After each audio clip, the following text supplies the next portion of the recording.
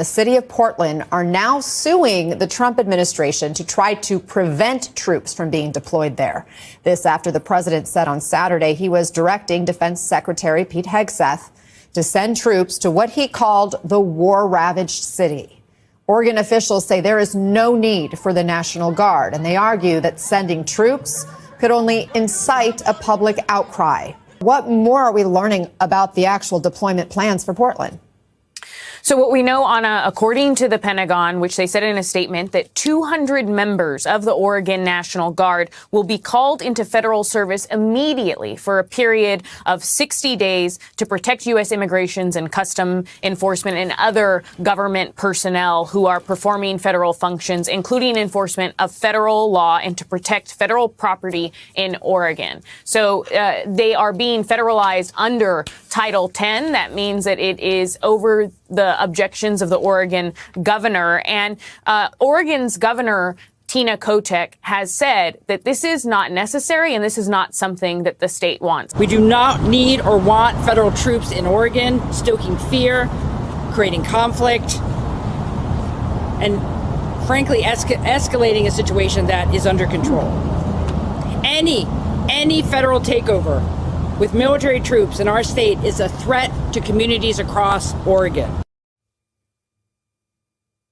So as you know, Anna, Oregon filed a lawsuit against this deployment. They have called it unlawful. They said that protests that have occurred around federal buildings in recent weeks have been small, and they are typically involving less than 30 people. They also say that this is potentially a violation of the Posse Comitatus Act and a violation of the 10th Amendment guarantee. So this is something that we're going to see Oregon continue to fight, and it's unclear if this lawsuit is going to delay the deployment of troops at all.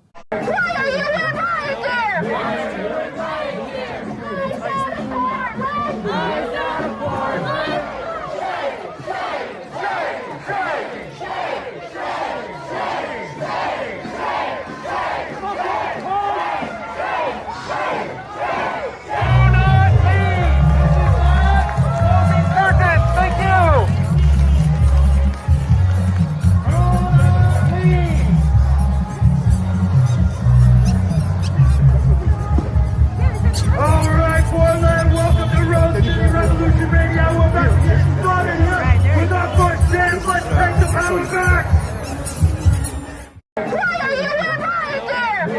The red line has been crossed. Donald Trump just posted the following on Temu Twitter. At the request of Secretary of Homeland Security Kristi Noem, I am directing Secretary of War Pete Hegseth to provide all necessary troops to protect war-ravaged Portland and any of our ICE facilities under siege from attack by Antifa and other domestic terrorists. I'm also authorizing full force if necessary. Listen to me. I need to interpret this for you real quick.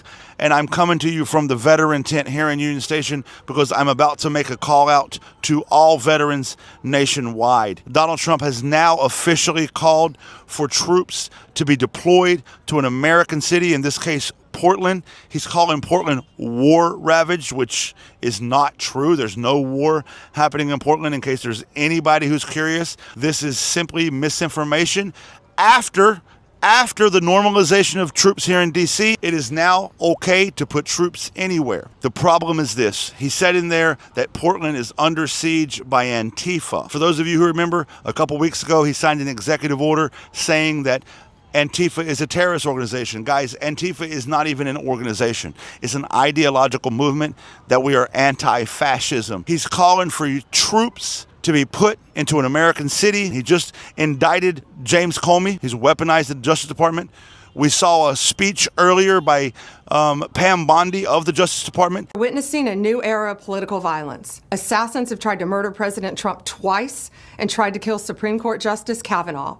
In Minnesota, legislators and even children attending Mass were gunned down in cold blood in 2 separate incidents. Calling that Portland's under siege by terrorists, it's not true. This is the next step forward. They made Charlie Kirk a martyr to justify this type of behavior.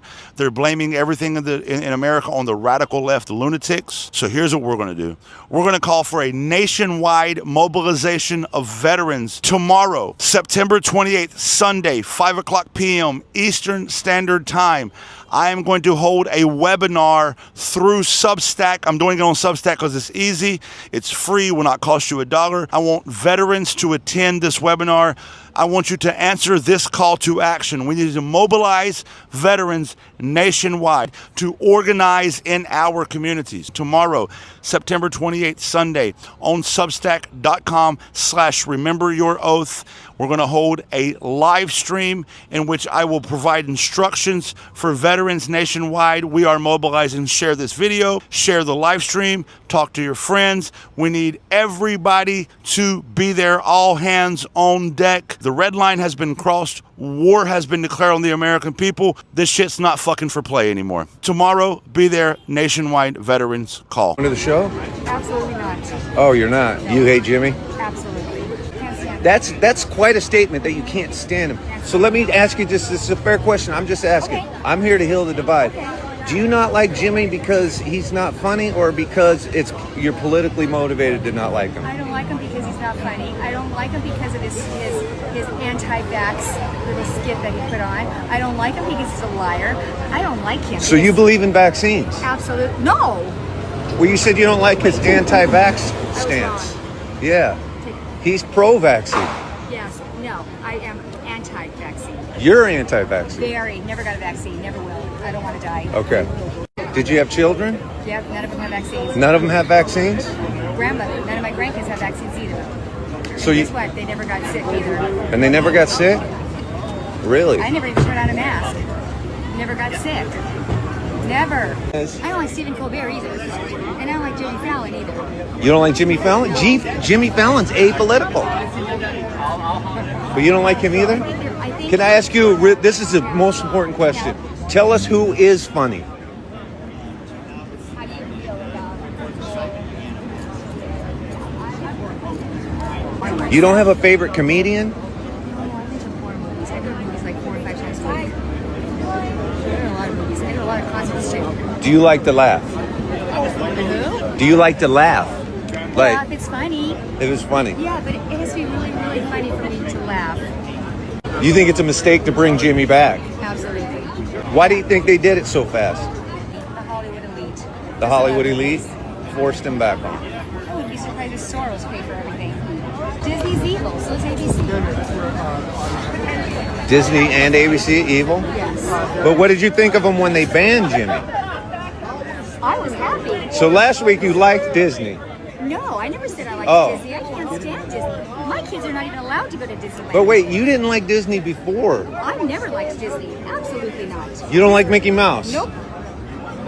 We have some major news that people need to be talking about. In the past 24 hours, Pete Hegseth, the Secretary of Defense, has ordered a highly unusual meeting of senior generals and admirals from all around the world next week with very little notice and with topics unspecified. Meanwhile, overnight, according to Jim Sciutto, American jets were scrambled to intercept Russian bombers near the Alaskan coast. We've seen a number of mysterious drone incidents in Copenhagen, Denmark, with many speculating that it could be a foreign actor doing something in Denmark. There are discussions about NATO possibly shooting down Russian drones if Russian drones fly over NATO airspace, all while Russia is saying if that happens, that'll be tantamount to war. Donald Trump has changed his tone on Ukraine, essentially offering NATO more military equipment. There's a lot of smoke up in the air, and it's important that we parse through what's happening, but on the world stage, a lot is happening, and I'll provide you updates as we get more information.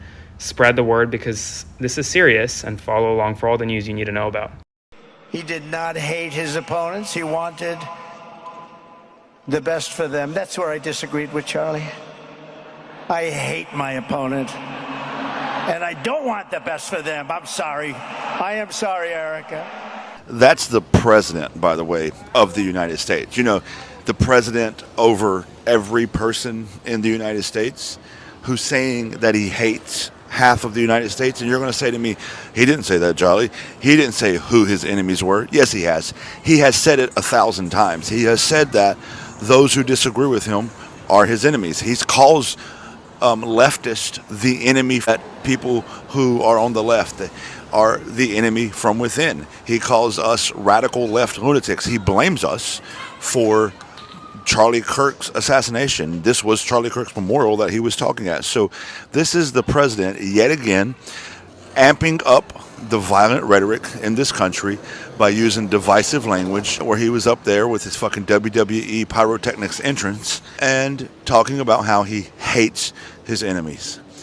And I want to remind everybody, I said it the other day, I'm going to say it again. His enemies include non-profit organizations. So when I say to you, this is his end goal, I know you might get tired of hearing me say this, but just watch, pay attention. His end goal is to attack non-profit organizations because they do the things that he's unwilling to do. They help communities, and more specifically, they help marginalized communities. The administration continues to weaponize the Department of Justice and go after perceived political enemies in a manner that's inconsistent with the rule of law in the United States of America. It's outrageous, and the American people are going to hold them accountable. Like, Republicans have failed. The country is heading in the wrong direction. The overwhelming majority of Americans know it right now. And that's why we see Republicans running away from their responsibilities to actually try to make life better for the American people, and are engaging in this effort, unprecedented in nature, to go after perceived political enemies like James Comey. One could argue, wait, what James Comey did 11 days before the election in 2016 had something to do with the fact that Donald Trump got elected the first time around. This is how Donald Trump repays James Comey? With this malicious prosecution? Like, it's all crazy to me. It's crazy to me. These charges are going to be dismissed. James Comey will win in court. But what it reflects is a broader attack on the rule of law that should frighten every single American, whether you're a Democrat, an independent, or a Republican.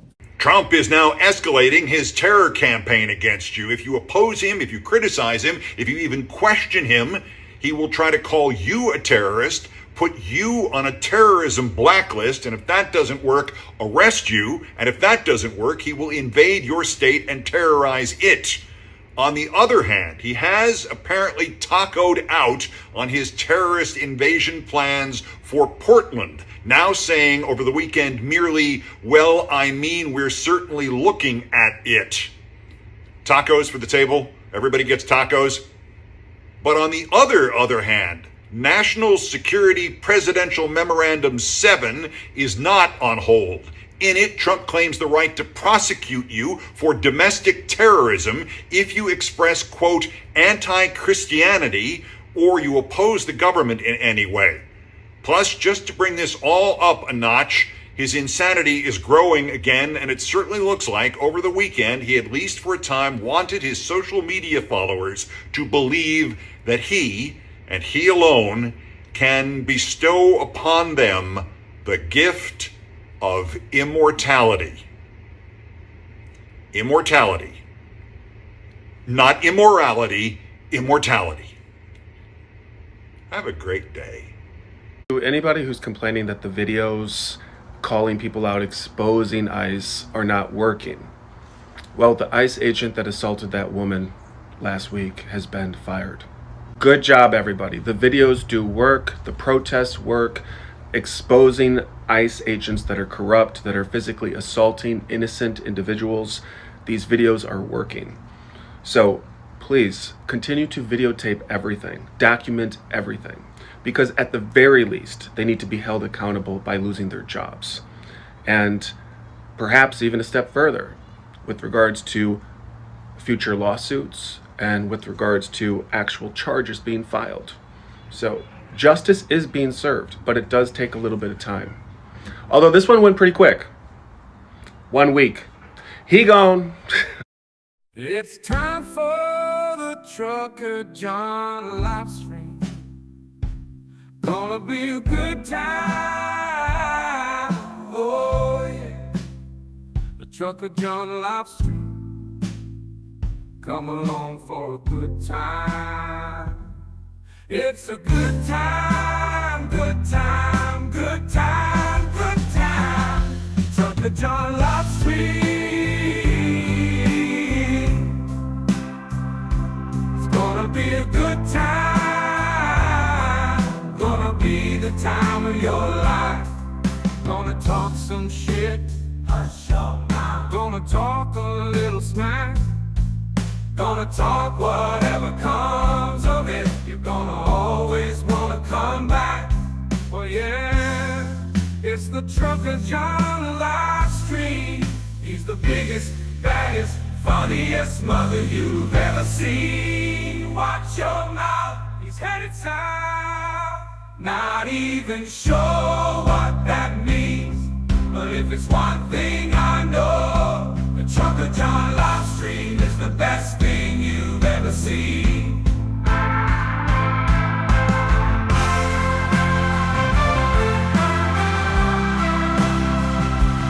And now, ladies and gentlemen, the moment you've been waiting for. Trucker John.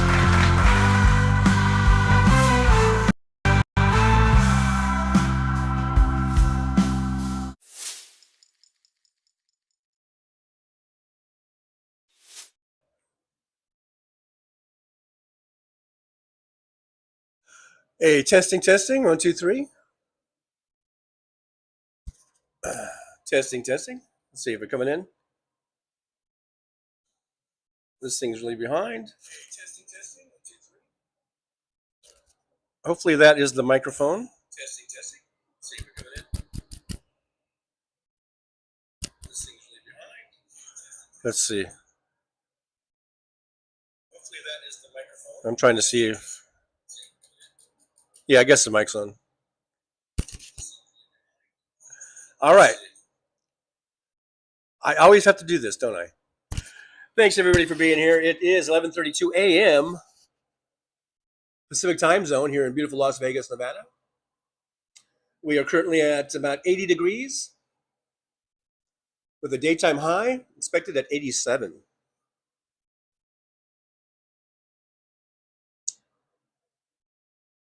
It's a little hair in my mouth. A little whisker.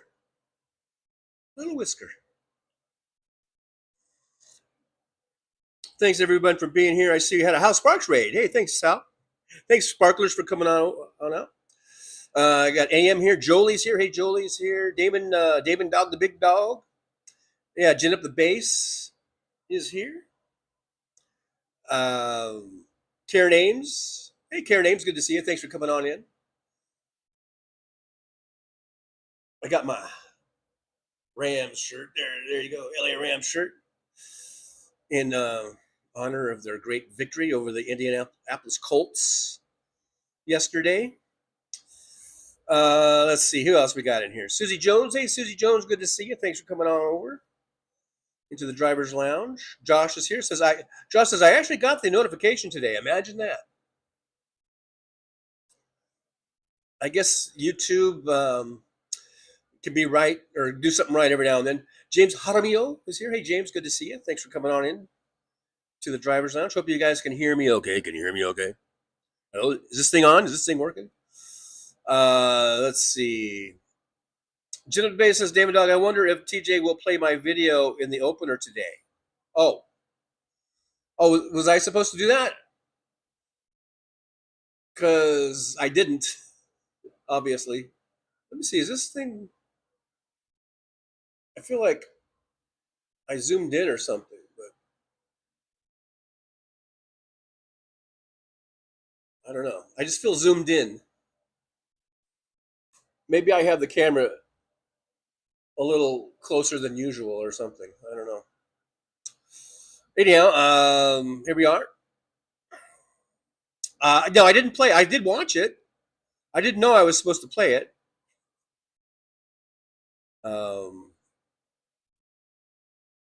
It's not really the style of stuff that I usually play in the intro, so you know. Roxanne, of course, who is Gin Up the Bass's, I think, #1 fan, says, I love that video. It's so funny. It would be great if he played it. Damon Dog, I clicked thumbs down to boost the algorithm. Speaking of which, we have 41 watching, only 31 thumbs ups, and so we are operating as though we are a bunch of dirty, rotten, scoundrel Republicans. Please don't. Let's not do that. Let's act like more like Democrats. Let's get to at least a balanced budget on those thumbs ups. But thank you for being here, Christina. Oh, and Sun Ghost Squad's here. Hello, Christina. Christina, I got your message, and I watched the video, and I I tried StreamYard. I don't think it's going to work for me for the way I do my show, but I will keep it and use it. Like if I want, like if that's how if I have to use that in order to maybe be a guest on your show at some point, I'll use StreamYard for that. But as far as like my everyday show, I just don't think it will work. It wasn't working out.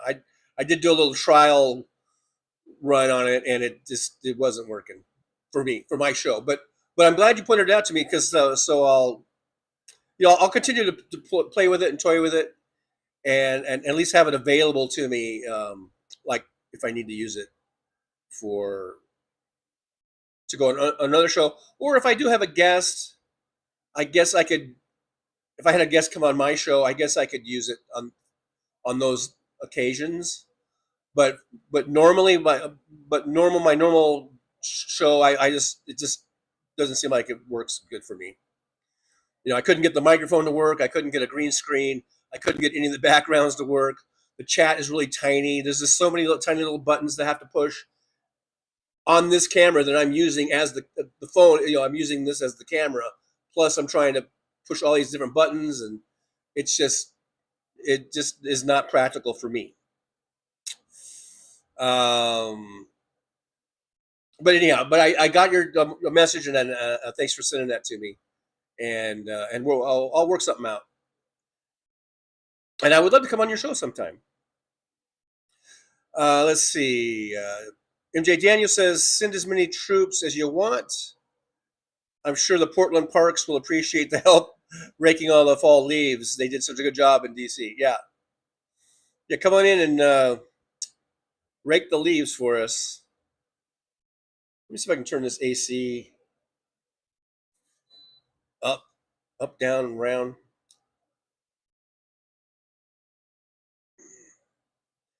I may have skipped the chat was moving kind of fast. I may have skipped some people, like Ada Benitez, I believe, is here. Good to see you, Ada. We've got 007 Kevin Troll Slayer here. Thank you for liking my song. Oh, you're welcome. I did. Yeah, over on Facebook. Fancy posted a song about Kevin, and I liked it. I gave it a thumbs up.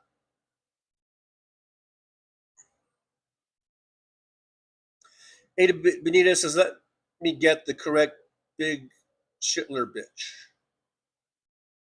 I don't. That might have been a mid-thread thing. I don't know. Let's see. Who else is in here? Who else has jumped into the driver's lounge? Bonnie Thompson's here. Hey, Bonnie, good to see you. Thanks for coming on in. I do appreciate you.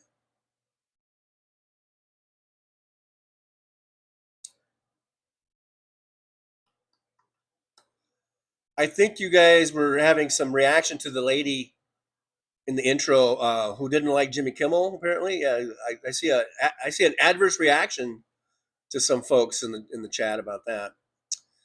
She was pretty ridiculous, right? I mean, the woman couldn't even properly convey, like, was Jimmy anti-vax? Was she anti-vax? I mean, come on, learn how to fucking talk,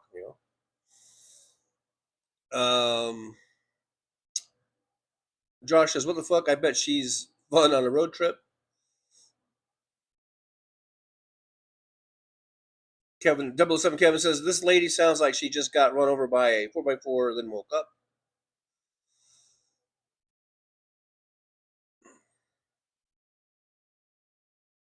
Yeah, boy, lots of reaction to that lady there. AM says that lady in the intro saying that she's anti-vax and has never gotten sick is a blatant liar, in my opinion. You never have gotten sick in your whole entire life. Bonnie Thompson says Russia makes incursions into other countries whenever Putin gets the itch to stir up trouble.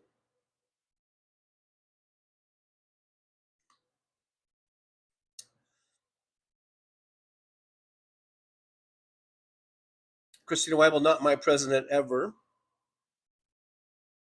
Jolie says hi to Kinky Streets. Oh, there's Kinky Streets. So Christian is what that there.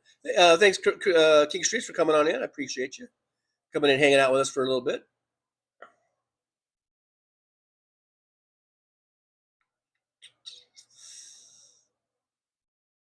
Who else we got in here? Who else? There's Fancy. Hey, there's Fancy. Hello, Fancy. Thanks for coming on in. Fancy just putting out a lot of different songs, little videos there and everything. Very, very entertaining. Jim Bay says, Trucker John, 4,100 subs. Let's fucking go. Yeah, we're up to 41. We're already at 4,100. We're rolling along. Let's keep it going.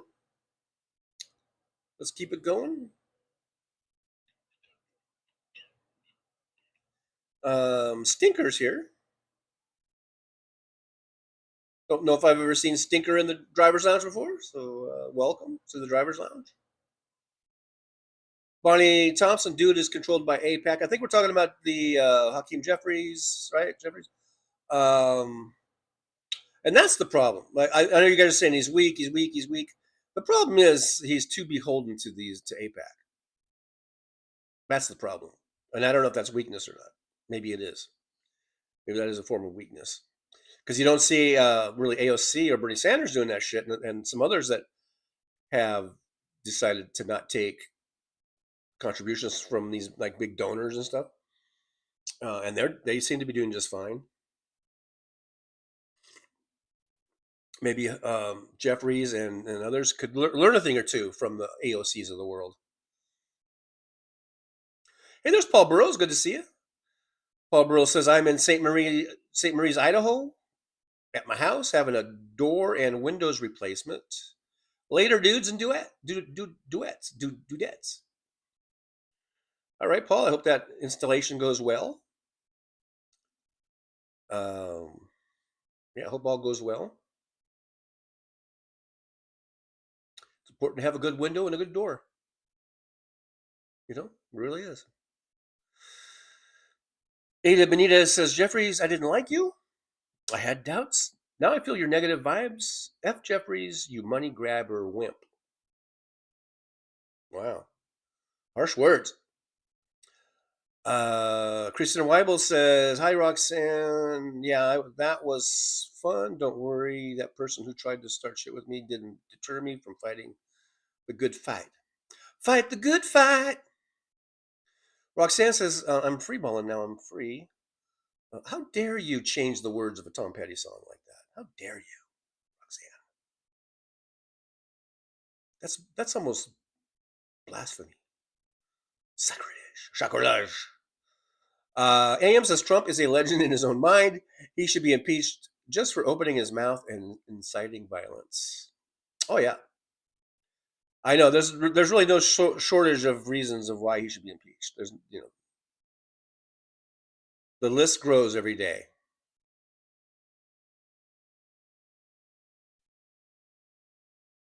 Tim Farrell's here. Hey Tim, good to see you. Thanks for dropping in. I appreciate you coming here and hanging out with us for a bit. For just a bit.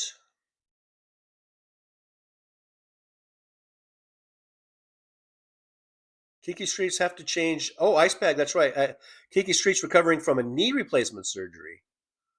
So I hope that's going well, and you'll be back to kicking long field goals before you know it.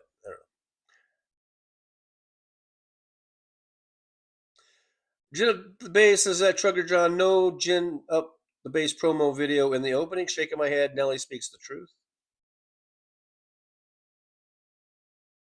No, but other than sending it to me, did you post it anywhere? Can we send people to go look at it, and they can make their own decisions about what they think of it?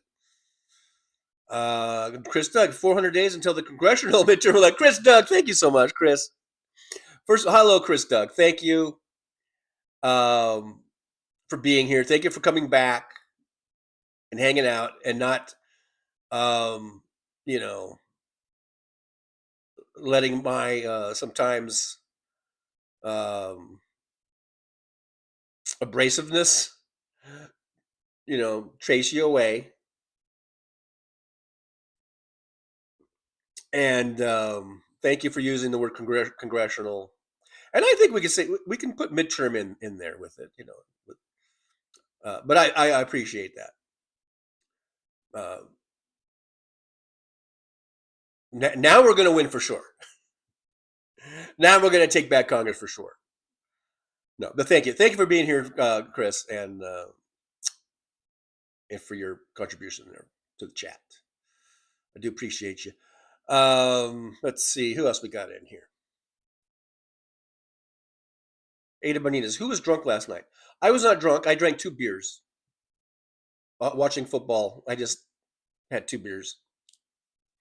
Somehow, I was watching football pretty much all day, and all I had was 2 beers. You know, but it was enough. I mean, you know.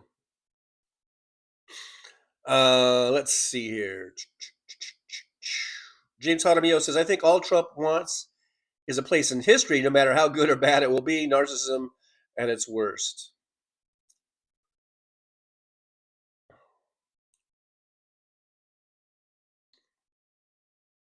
I don't know what the hell Trump wants, other than to just always. He just always wants to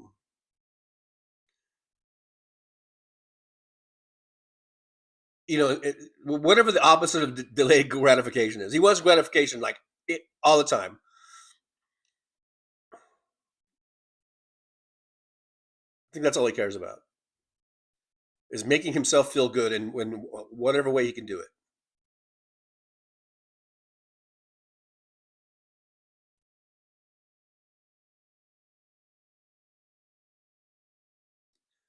This isn't who you think it is. Trucker John in the house. Hey, this isn't who you think it is. Thanks for being here. I appreciate you. I think I know who it is. But then it says that it's not. So Jenna Bay says, Trucker John, nice Rams gear, big week this week. Well, we got a game Thursday. We just came off the game yesterday against the Colts. And now we got a quick turnaround here. We got to play the Niners on Thursday. So that should be a tough game, a good game. But I think we got a chance. And the Niners are coming off a loss. So it's going to be a big game on Thursday. Thursday Night Football. Hey, the Soulcraft's here. Soulcraft. Oh, there's a bug behind me. Did you guys see that? There was a freaking bug behind me. Look it.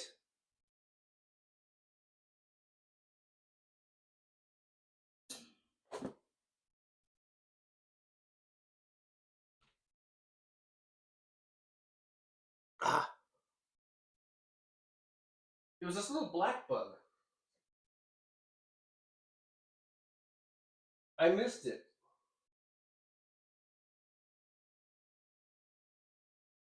I was trying to smush it with a tissue, and I missed it somehow. I guess deep down, I just didn't have the heart to do it.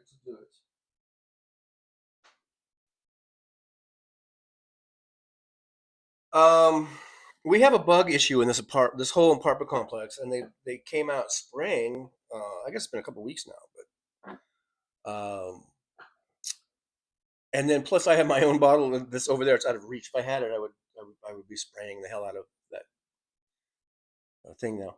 But you know, I'm constantly cleaning my counters and cleaning my cabinets, and you know, I want to keep everything clean. And then I won't see any bugs for a long time, and I'm thinking, well, maybe the bugs are gone. But then all of a sudden, like there, I just saw one. You know, I'm like, oh fuck. I hate bugs in the house. Bugs, you belong on the outside, not on the inside. Are you listening? Are you bugs listening to me? You guys are outside bugs. You're not inside bugs. Damn it. Anyhow, so we had a bug. I found a bug. And I didn't kill it. It's still walking around. It's probably going to go have a bunch of babies or something. I don't know. So where was I? Stephen Sayers says, this is me. Is that you? David McPeak is here. Hey, David, good to see you. Thanks for coming on in. Hello to you. I do see you. I do see you. Karen Ames is here. 007. Yeah, I've been seeing those folks.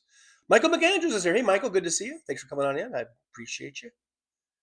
I does appreciate you coming on in to the driver's lounge. David Dog says Carolina Panthers took an ass whooping yesterday. F the Patriots. They got whooped. They got whooped on. Just an old fashioned ass whooping. This isn't who you think it is. They are calling me up to the big leagues. All right. Congratulations. Jill Bay says, Trucker John, will go ahead and pop it up now. I can't. I can't. I don't have the ability.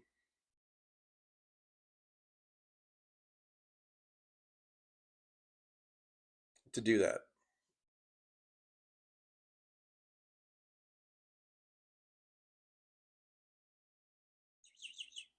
Sandy Foltz, he's the number one Rotten fan. Jen the bass. Okay, Sandy, please don't come in and start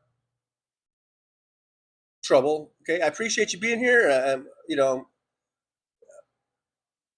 But please don't just come in and start stirring stuff up, because then I'm gonna see a bunch of chats back and forth about you guys going back and forth. There's no need for that. There's no need for that. Tim Farrell, I guess there must be Epstein files in Portland. Oh, that's what they're doing. Okay. He's sending in the troops to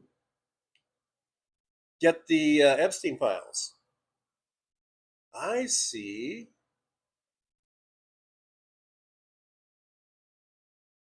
Christina and Son says, Trucker John, you can only use it if you're going to have a panel.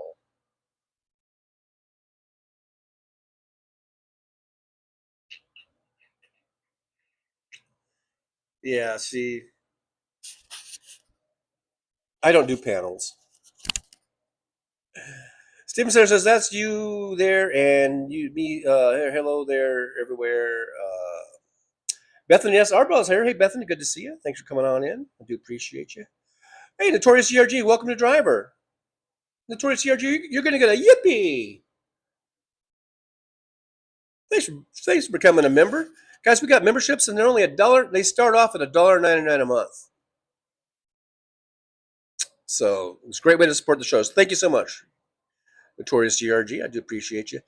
Ada Benita says that Trucker John, hi from an American Southern in Morocco. All right, Ada, thanks for being here. You're, welcome to the driver's lounge. Michael says Morocco. Morocco. Is that very deserty? Isn't Morocco very much like sand dunes and stuff? Enlighten me. Christina and Sun Go Squad says, yes, Trucker John, you tell me what Thursday is good for you, and I'm going to have you on. Okay. I wonder if we could do it this Thursday. I might not be able to do it this Thursday. Maybe next Thursday. Following Thursday. Yeah, I'd love to come on and chat with you. Alton Gillespie says, from deep in the heart of Texas, howdy, Trucker John and all the loungers. Deep in the heart of Texas. Sandy Foltz says, my church had a garden party and it went very well. So, Sandy, are you telling us you went to a garden party? Michael McAndrew says, I'm a Michigander now. I was a Texicana after being a Missourian. So Michael McAndrews has moved around a bit. Christina and Sun Go Squad says, Trucker John, I have funny songs, political songs, about the mess that's going on YouTube if you like the music. I will look into that. I'll look into them. Absolutely. I'll check it out. Catherine Real Health Talks here. Catherine says, hey, everybody. Hi, TJ. Ice in downtown Chicago over the last few days. Spooky. Well, we are getting close to Halloween, so Maybe that's appropriate. I don't know.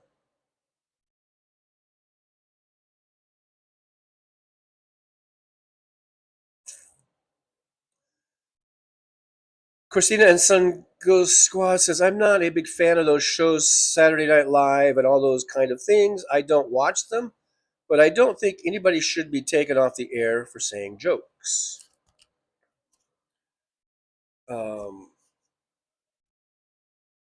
Especially if you make jokes about Trump, because apparently he can't take it. But I don't really watch them either. I end up seeing clips that are posted on YouTube or Facebook.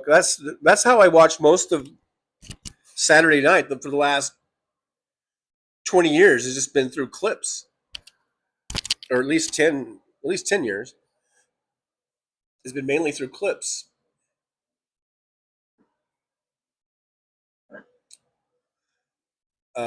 But you can you watch so many clips, you pretty much see the whole show after a while. Chris Doug says, cannot confirm this, but Tara Dublin says someone is threatening to reveal Mike Johnson's Grindr account if he does not swear in the new congresswoman.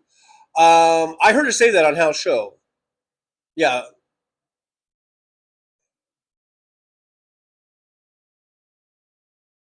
So it must be true.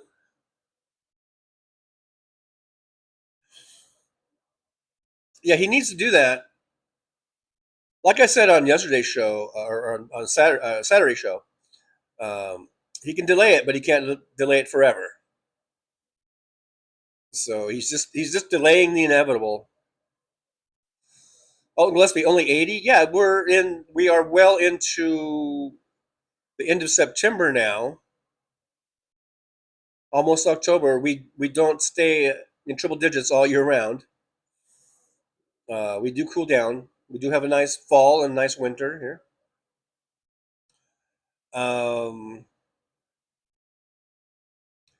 Roxanne79 says it would be great if they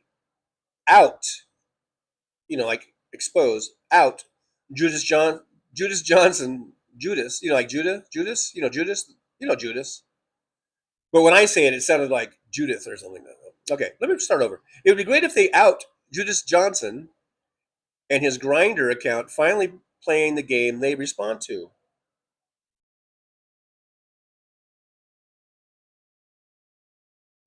What if he doesn't have a Grindr account? I know we like to say he's gay and he watches porn and all this shit, but what if he's not on Grindr? Then what are we gonna do?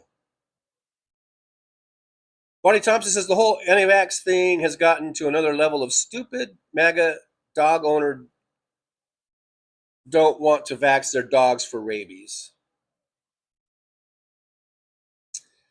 And not only is that dog going to be susceptible to rabies, then other dogs, other people's dogs, Michael McAndrew says if maybe if I was in, if was in the FN40. Oh, it was in the FN40s last night. Okay. Yeah, you guys dropping down pretty cold. For us, I think we got down 70s, I guess.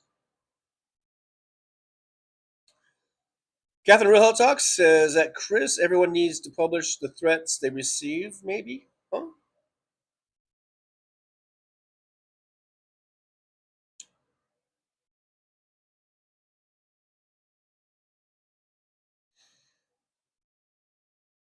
Hey, Terry Taylor's here. Hey, Terry, good to see you. Thanks for popping on into the old driver's lounge. I do appreciate it. Terry Taylor says that lady's kids apparently have never been sick either. Right. What a strange bird. Laughing out loud. Hi, TJ. Hi, Terry. Hi, TT. Yeah, she was strange. She was a strange person, but I think fairly typical, really, of MAGA, and they're all kind of strange, in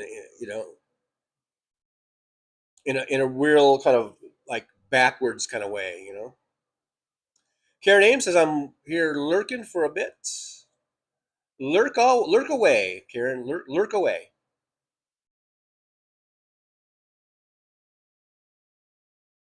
Stinker says, just reminding everyone. All right, yeah. All right.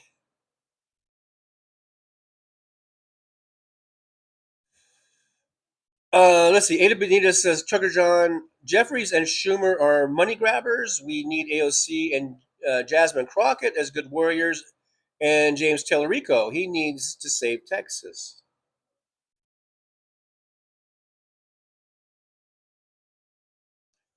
Tellerico, is he running for not Cruz's seat, but the other seat?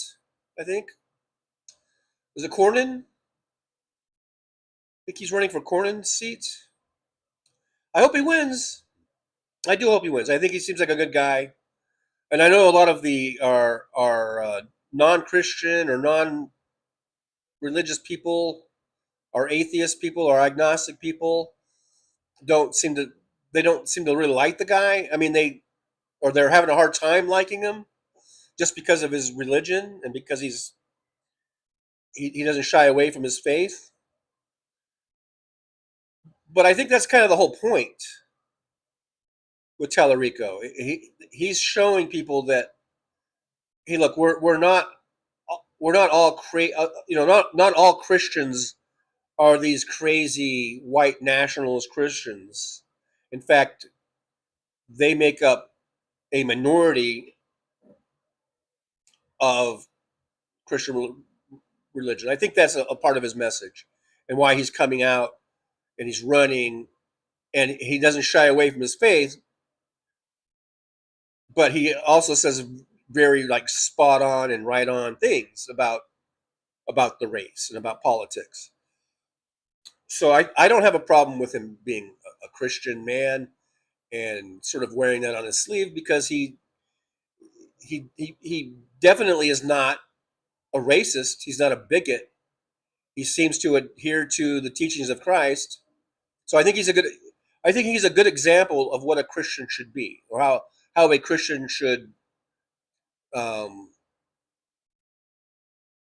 themselves and how they should live their lives. So he's a good sort of alternative to these crazy, batshit crazy white Christian nationalists that pervert the Bible and turn it and twist it to somehow justify their racism and their bigotry.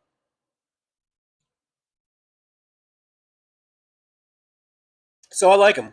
I hope he wins. Jolie said, "Are you sub to P Dubs?" Oh, and that's right. P Dubs was on last night. Jolie says, "Are you sub to P Dubs?" P Dubs is on every Sunday night, 9 p.m. Central Time, 10 p.m. Eastern Time. And there's the link. You can stop by. Go give P Dubs a sub. Would be great. You can sub to her channel and check out her show every Sunday night. And folks, I like to promote other shows. I do that. I Liberal Dan and Tara Devlin and Tara Dublin and Hal Sparks. I'd like to think I had a big part in his popularity. But I like to. We like to promote other shows. 21st Century Suffragettes, Boston Brian. Even if we overlap in our programming, that's just going to happen. That's the nature of it. There's always going to be someone that you kind of overlap with. So but there's so many good shows, so many good content creators that are trying to get the word out about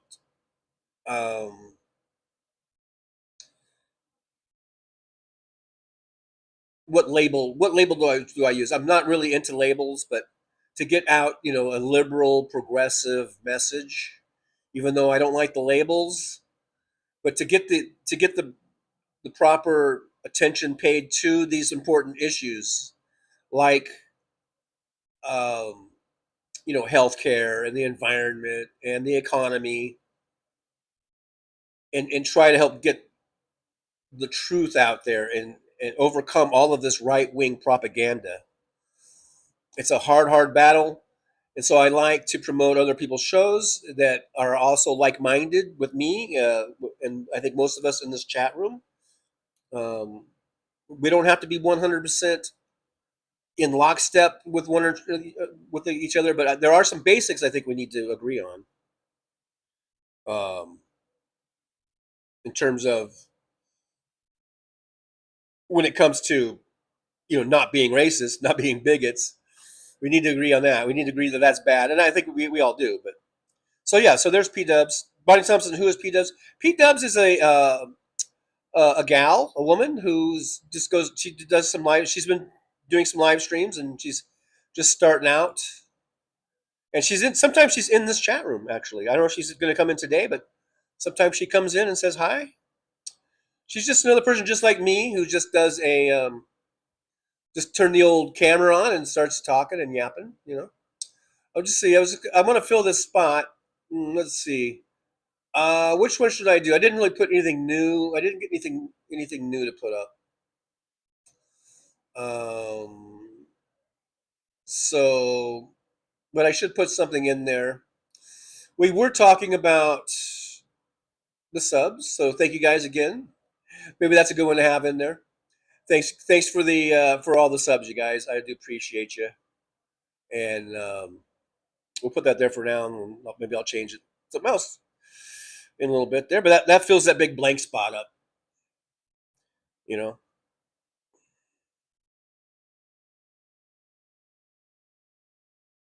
Sandy Fold says, TJ, the Bills are now 4-0. They beat the Saints. Yep, they sure did. They sure did. They're rolling along 4-0. They're just rolling along there. Chris Doug says, although Groucho Marx did say I would never join a club that would have me as a member. Jolie, talking about P-Dub, says she's one of us. She's regularly. I'm going to learn how to enunciate. She's regularly in all the chats. We all hang out. And yeah, you'll see her. She might pop in today. Who knows? You just never know about old P-Dubs when she might pop in. Sandy Folt says my friend had lost her dog. Chase? Is the dog's name Chase? Or what? He ran out and got hit by a car. She had him 4 years. Very sad thing. Oh, that is very sad. I'm so sad to hear that, Sandy. That is so sad. I'm sorry for your friend's dog getting hit, and I'm assuming died. That is sad.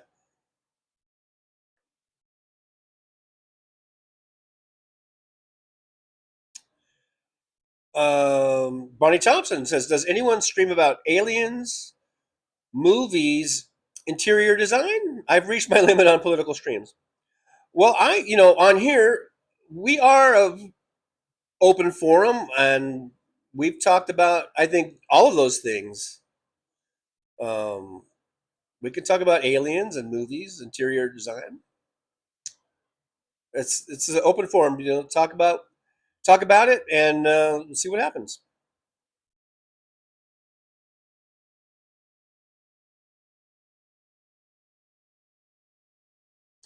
Sandy folks, I have a fly issue in my apartment. Oh, that is annoying. I hate it when I just get one fly in here and I'm like, I'm gonna get you, you son of a bitch. Right now I don't have any flies though, fortunately. But sometimes, because there's a lot of vegetation and bushes out here, and sometimes there will be a lot of flies buzzing around. Sometimes the flies, I think they think they're bees. I'm like, what are you guys doing over there? That's the bee. That's where the bees are supposed to be. But yeah, I don't like flies in the house. Terry Taylor says we've been getting a lot of spiders in the house this year. Robert Perez from down San Diego way. It's here. Good to see Robert. Thanks for popping on in. Always good to see Robert. Jim's Bass says, Trucker John, the Bills are indeed 4-0. Do you know offhand what the Bills' record is in the Super Bowl? If memory serves, they might be 0-4. The Bills and Vikings 0-8. Oh, yeah, that's all true.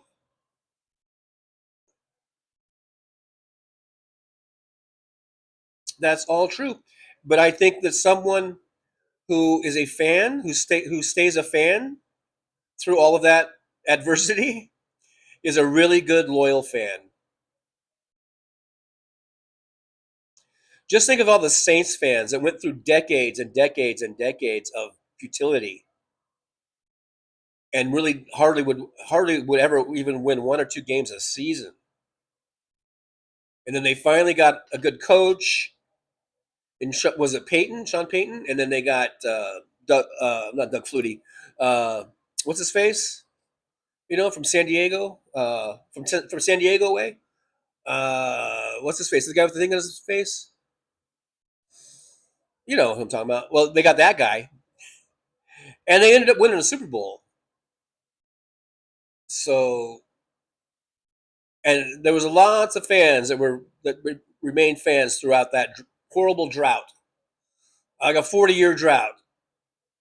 So, my hat's off to fans who stick with the team, even if it loses. And remember, those teams, those Bills and Vikings teams, to get to the Super Bowl, they still won a lot of games. It wasn't like the Saints that were just going through decades and decades and decades of losing. So and I know you like to rub it in, and I know who you are trying to rub it in to. But I think that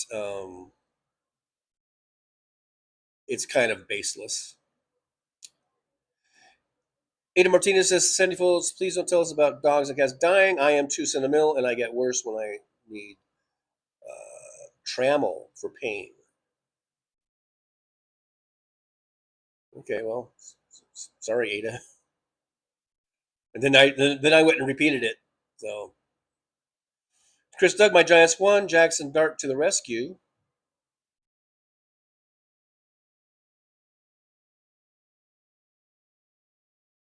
The Giants beat the Chargers. The Chargers came in 3-0, right?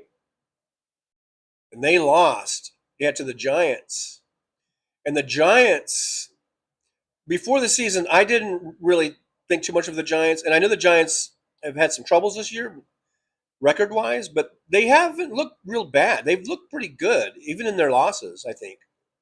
I mean, you can see that they're not kind of the same just bad team as usual. So they won, and that's good for you Giants fans, and that might turn them around. Michelle says cockroach die with Windex. That wasn't a cockroach though. That was some little tiny little black thing. Susie Jones says my assistant is here and my bestie is coming over. I'll be listening. Good to see y'all. All right, Susie. Thanks for listening. I do appreciate you. Ada Benitez says, Michelle, cockroaches die with a couple of cats. They play football with them.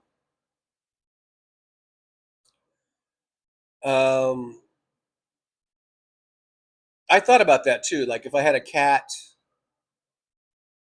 they do seem to chase some of the bigger bugs away, I guess,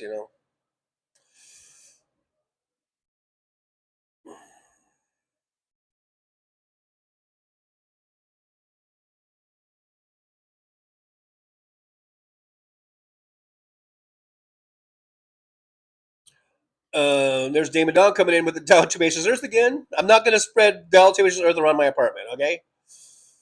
I mean, I don't know. What I just put it in the like along the base there of the wall or something? I don't know.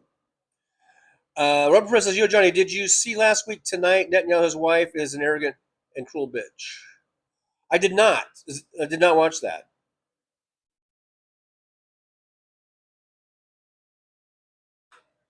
But now that you've brought it up, I want to watch it. Bonnie Thompson says, my cat is broken. She doesn't know how to hunt, and her meowing skills are subpar. Christina's son, Goswa, says, I'm going to pencil you right in for next Thursday. Okay, so not this Thursday, but the following Thursday. Okay, that sounds good. Because I think this Thursday I'm going to be really busy, really busy. I'm going to do my show in the morning, 9 a.m., and then I have to go. I got to go.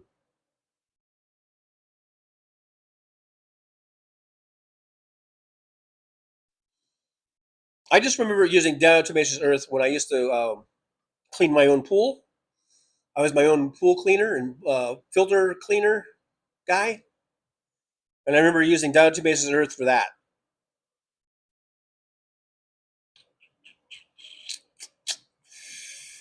AM says, TJ, sounds like you have some very talented folks in your chat group. Proud to be a lounger.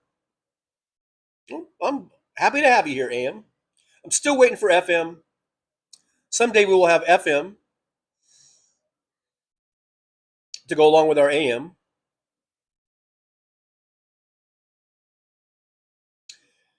Ada Benitez says, Trucker Morocco has sand dunes in the Sahara. The rest are big cities, medieval imperial cities, beaches, forests, mountains, and ski resorts. I live by the beach.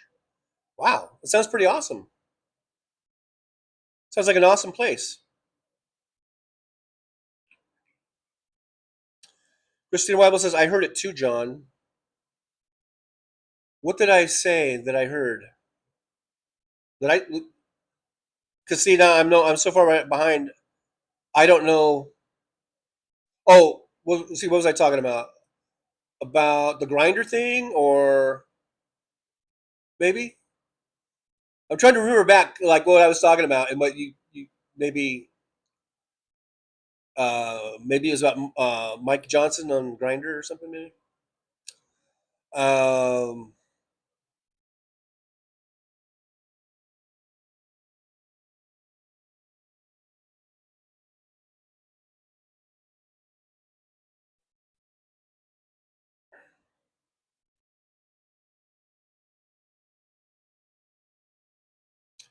Josh says, I saw a video on traditional hash production in Morocco this weekend.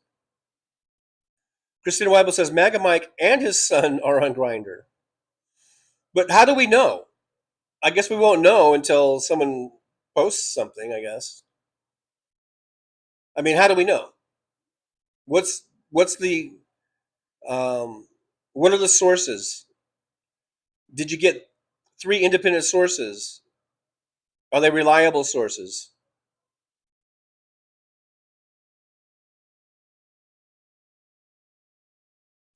Did you cross-check them? I'm just using some of my old reporter skills. I'm sorry.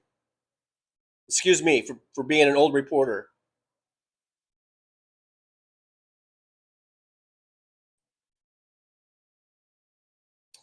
Christina and some Ghost Squad said he's on another one. Trust me, if he's not on Grinder, it's another one. They should pull all of his Google searches.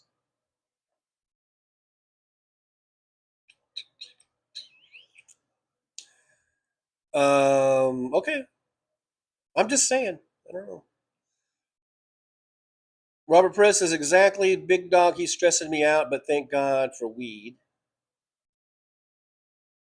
I'm kind of mid-thread because I don't know who was stressing you out. I don't know if it was your grandson or like Trump. Could be either one. You know, it could be either one, right?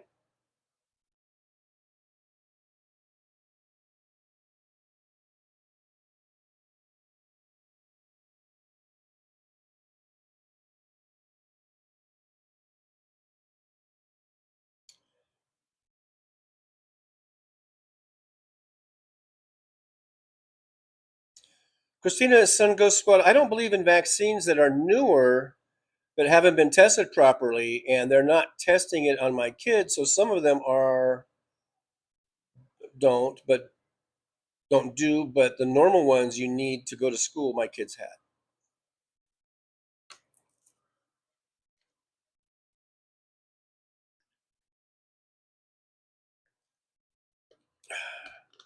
Yeah, and RFK, wants to do away with all of those. Just if he had his way, he would just do away with everything. All the stuff that has helped us to eradicate, chicken pox and smallpox and polio and all these diseases that we pretty much had eradicated through the vaccines. He wants us to just get rid of those.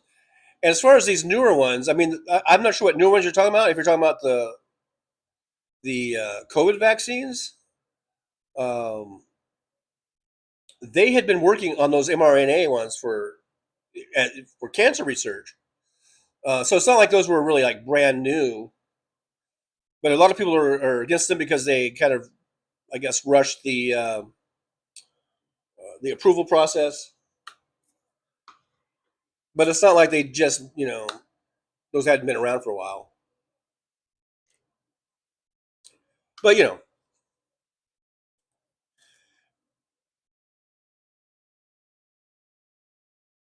and my problem with people who during COVID didn't want to get vaxxed is that they also didn't want to socially distance. They didn't want to stay home. They wanted to just live their lives as though there was no pandemic going on. And so I was like, okay, fine. If you have hesitation about the vaccine, then for the love of God, please just quarantine yourself as much as possible. And if you do go out, please wear a mask, or please make sure you socially distance. And a lot of these people, they didn't want to do any of that. They wanted to just pretend like nothing was going on, nothing to worry about. And meanwhile, if you recall, at the peak of COVID, we had 4,000 people every single day dying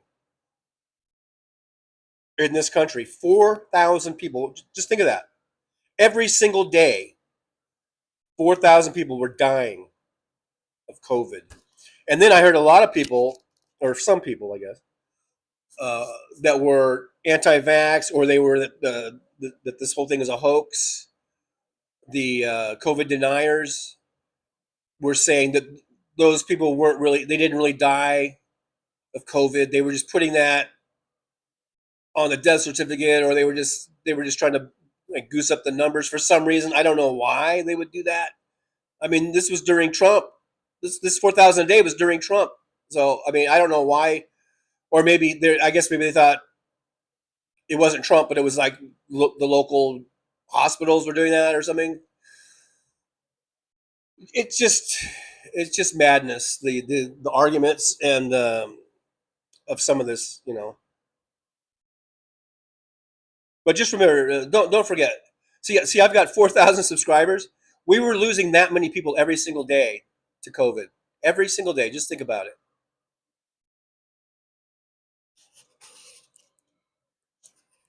And if Trump had acted on day one about quarantining and those first people, because his idea was, oh, it'll just go away. We're not going to do anything about it. It'll just go away. It'll work itself out. And so he didn't do anything. But when the first cases started breaking out, if he had just quarantined those people, he probably could have avoided the whole fucking pandemic. Donald Trump is responsible not for only the people that died here in America, but people that died all over the world, as far as I'm concerned. Or at least a great many of them. Through his deliberate mishandling of COVID, and he did do it deliberately.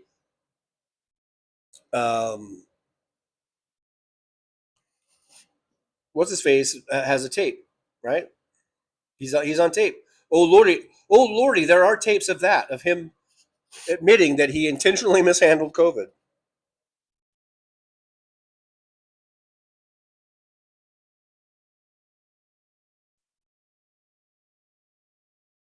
Christina Weibel says Jesus is very cool. He loves the marginalized. Sandy Folt says one of my teachers' name was Tellerico. Oh well.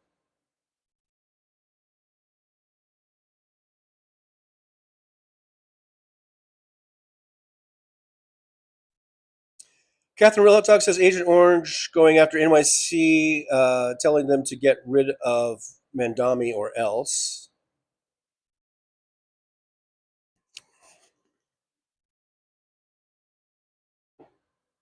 Wow, that's pretty bad. that just tells me that I want Mondami to win even more than ever now.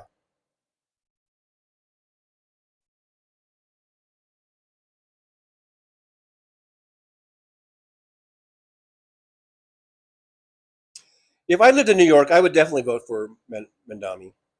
Mondani. Someday I'll learn to say his name correctly.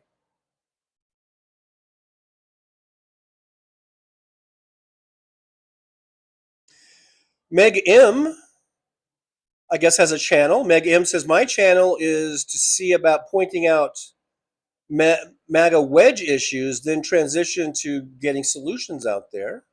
So Meg has a channel, I guess, on YouTube, I guess is what she's saying. So that sounds very interesting, Meg. We might have to try to look you up.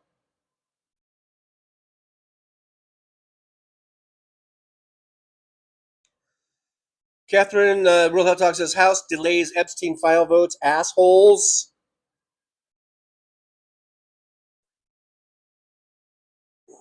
What are they afraid of? There must be something on there they don't want anyone to see, right? Or else, why would there be an issue? Christina and Son Ghost Squad said, I've been watching Luke Beasley. He's a fun character to watch. If you guys haven't seen him, you should check him out.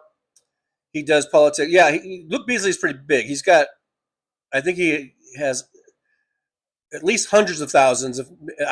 I'm not sure if he went over the million mark in subs. He has at least many hundreds of thousands.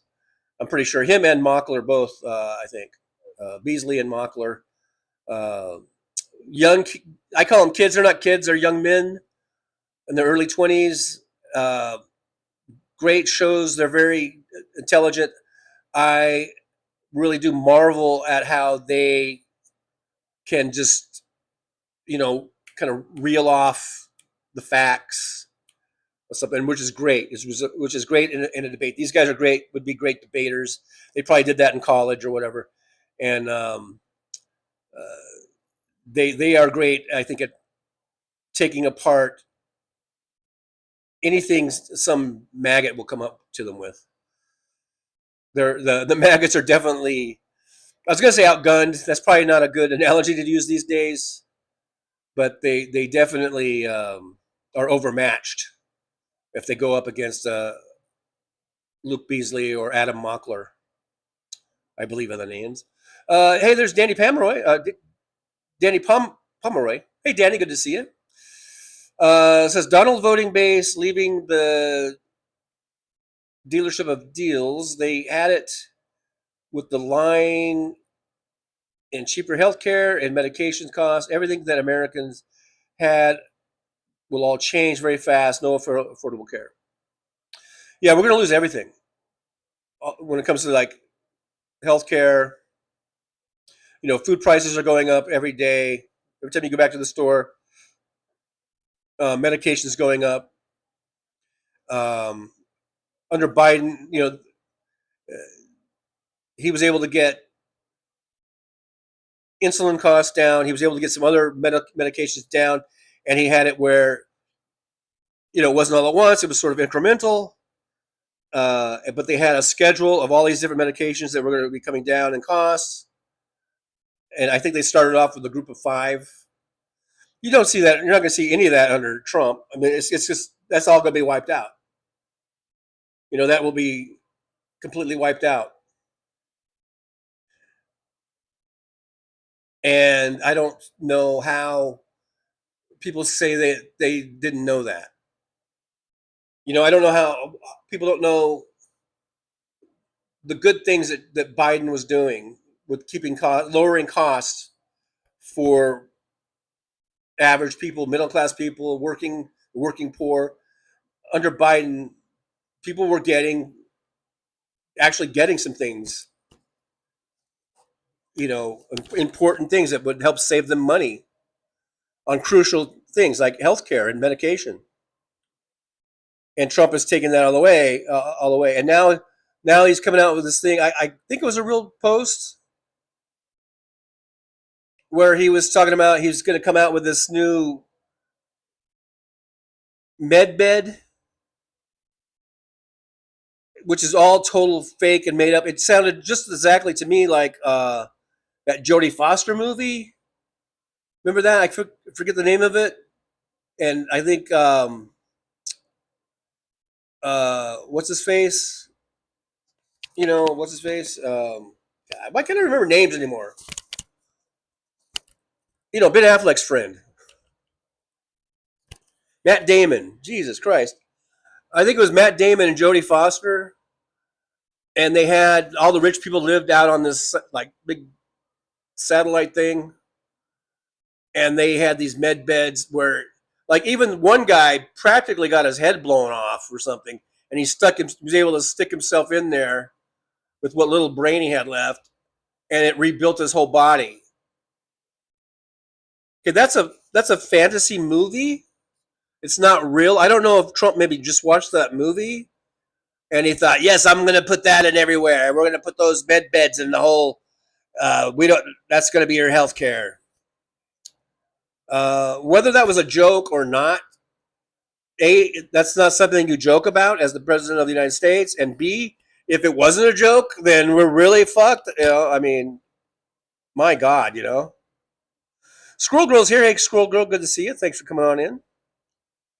I do appreciate you.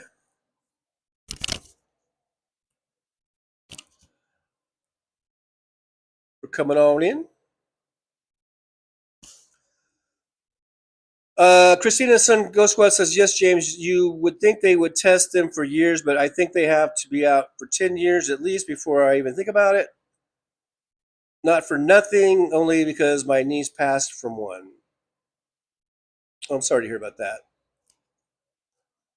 DPD 5844 is here. Hey, DPD says Mark Rubio was arrested in the early 1990s with Angel Barros in a park that is known for gay activities. Barros went on to become a very famous gay porn star.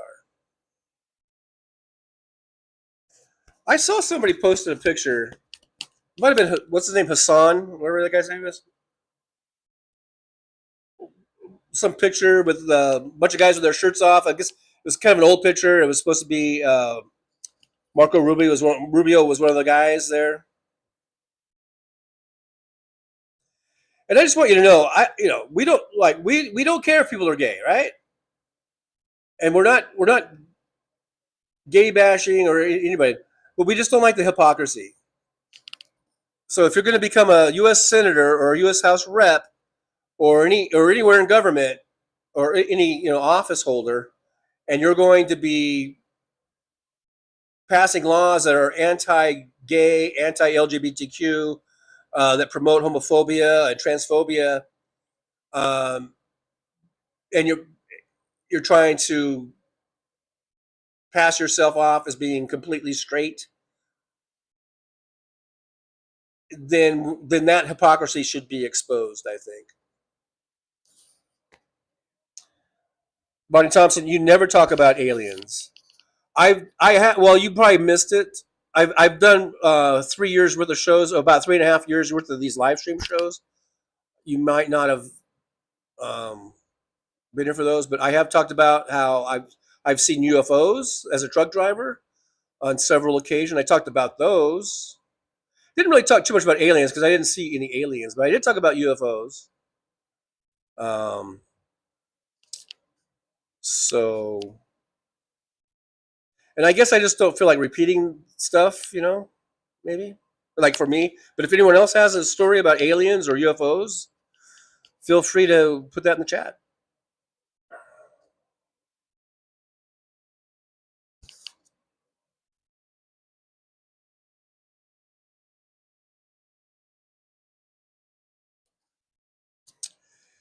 Danny Pomeroy says, I tested the COVID-19 vaccine last week. Again, it's vaccine number 7.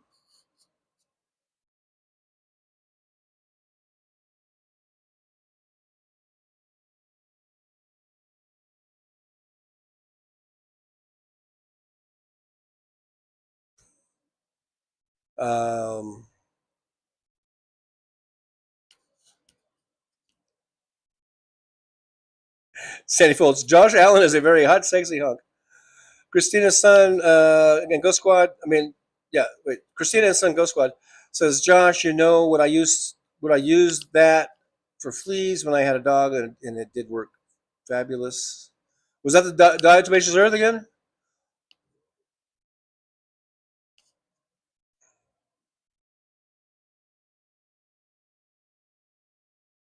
Barney Thompson says, honestly, most people don't want to talk about aliens because there isn't any hard proof aliens exist.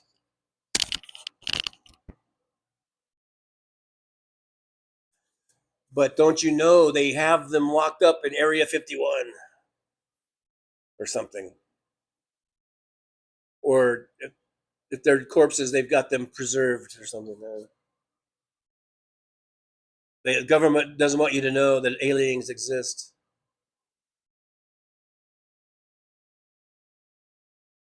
Jorgen Johansson. Hey, Jorgen, good to see you.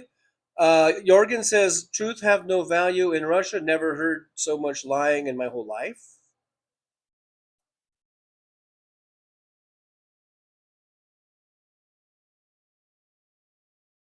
DPD 5844 says, Corey Mills, a Republican, has introduced a bill that would give Trump full authority to murder anyone he sees fit without any due process. Mills represents the 7th District in, wait for it, Florida.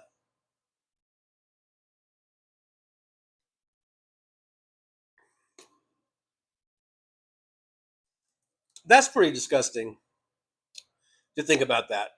Think about that. A bill that would give Trump full authority to murder anyone he sees fit. I mean, is he trying? I guess he's trying to get on. Is he trying to get a job from Trump or something or what?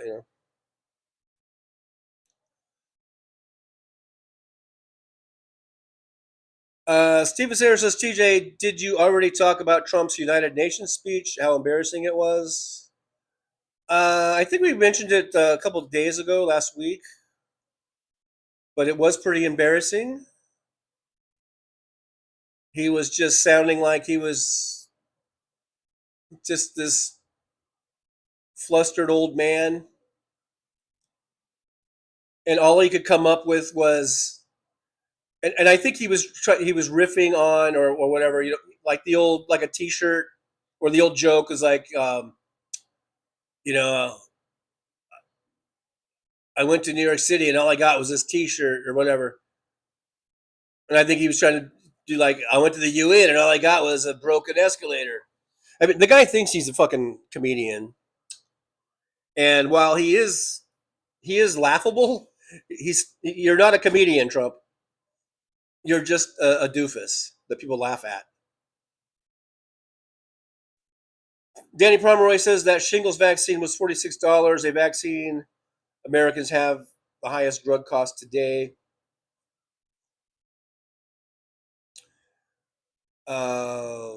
Kinky Street says Sirocco are the winds that blow off Morocco to the Canary Islands, which I have been to. And I remember I think Volkswagen Scirocco. It's kind of a cool little car. AM says, TJ, I really hate flies to the point that I study their flying patterns and chase them out of the house and trap them. That's my pet peeve. Yeah, I don't like flies either. They're just disgusting. Oh, finally the AC shut off. I feel like I'm yelling just to yell over the AC. That's the loudest AC. I wish I had the one from the last apartment, which I've told you is so quiet that I had to sometimes go over there and see if it was on. Oh, it just now went back on again.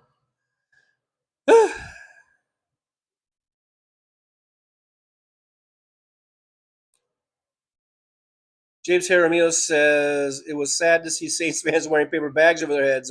Yeah, that's how bad it was. They were the New Orleans Aints.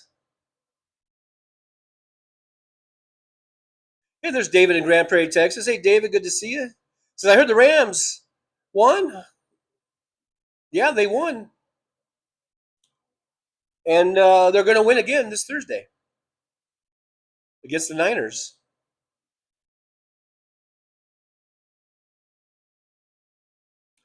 Michael McAndrew says, I saw a video of a bird and bat-like flying drones. Okay, that they weren't flying the drones, but they were drones that looked like birds and bats, I guess. When they get to fly like drones, we can beat the flies.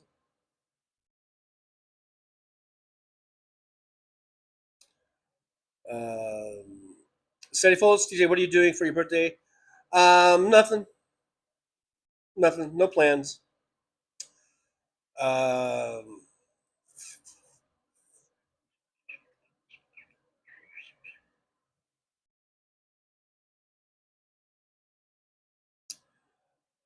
Thompson says, the birds ain't real, man. You know the government replaced all the birds with drone birds in 1987. DPD5844 says, we know, TJ, because men on Grindr are threatening to reveal Moses Mike Johnson's Grindr account if he refuses to swear in the newly elected congresswoman from Arizona. Well, we'll see, I guess. I guess we'll see. Or maybe we won't see if he swears her in before then, I guess.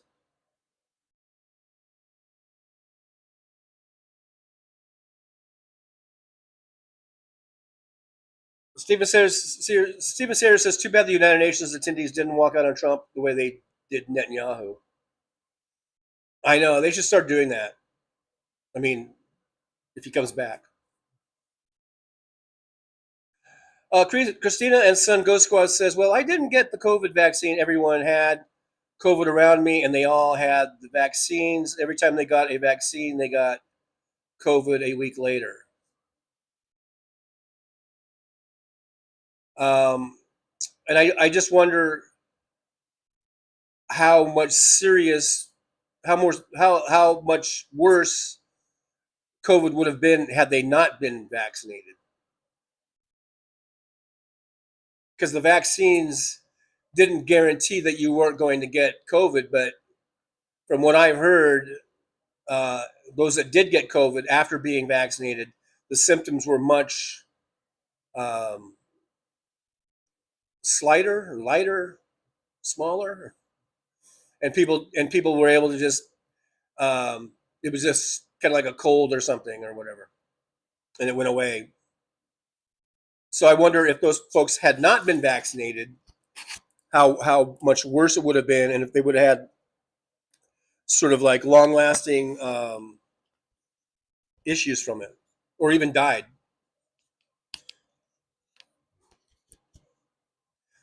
Darkly Yours says the mRNA is used in the process of neutering the virus to produce the vaccine. There is no mRNA in the vaccine. Thank you, Darkly Yours. Thanks for coming on in and clearing that up.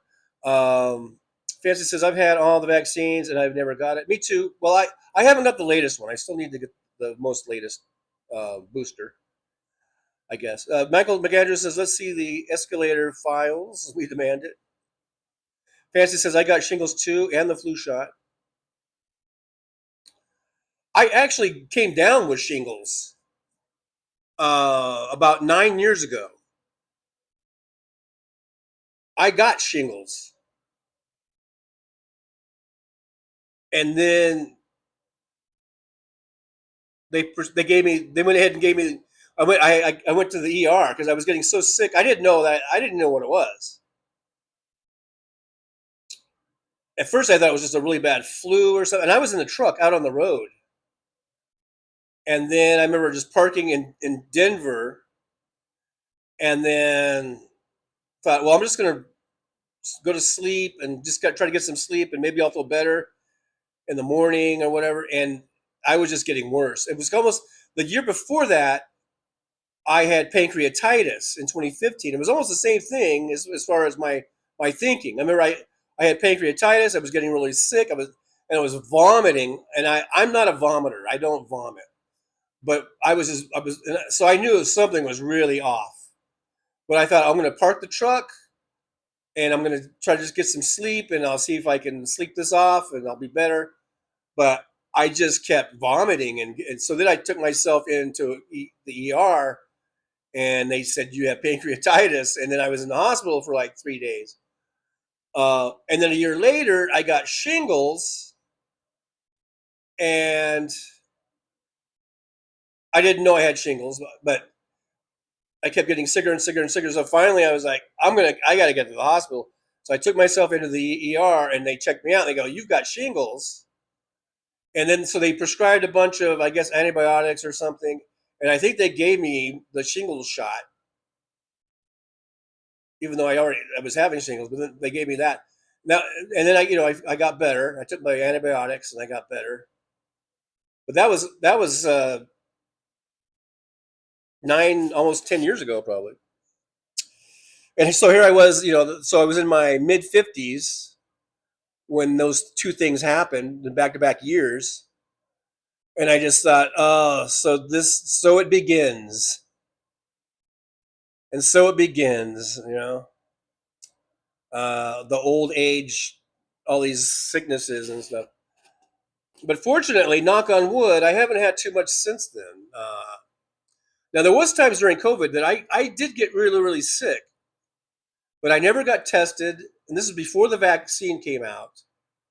And I remember getting really, really sick where I was going, I think I might have COVID. So I don't know if I ever had COVID or not, but I do know that I got really, really sick.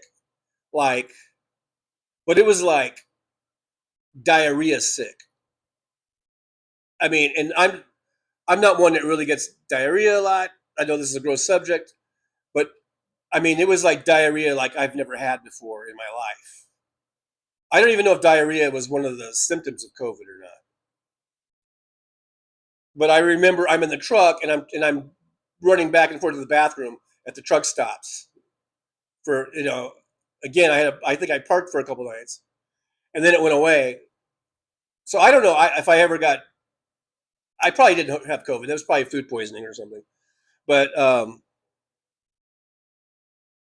don't know how I got on that tangent. Let's talk about aliens instead. No,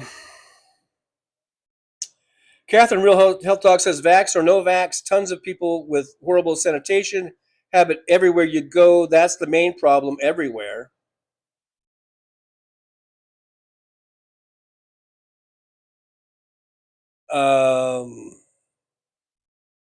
Do we have that problem in America? I thought we had a pretty good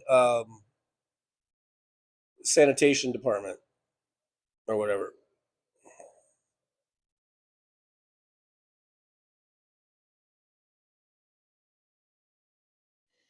Michael McAndrews, I have all the vaccines. I got COVID 2 times, I think. Definitely 1 time. And man, oh man, it's not good. Thank you, vaccines.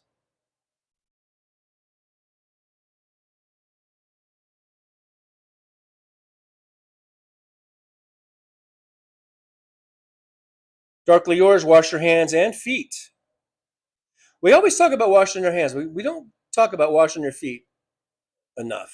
So I'm glad you added that. Kiki Street says if a person lost their spleen in an accident, COVID was dangerous to contact. Okay. Catherine Real Talk, and don't pick your damn nose. Okay. All right.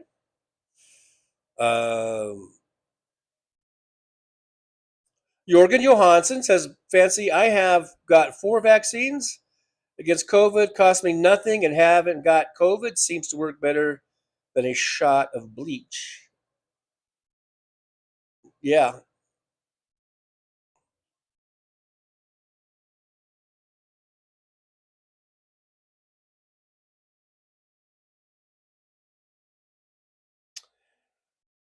Christina Sango says, my niece passed away from one of those shots that they made mandatory for uterine cancer. That's why I didn't give any of those kinds of things to my kids. I'm really sorry to hear about your niece, Christina. I'm not really familiar with the shot about uterine cancer.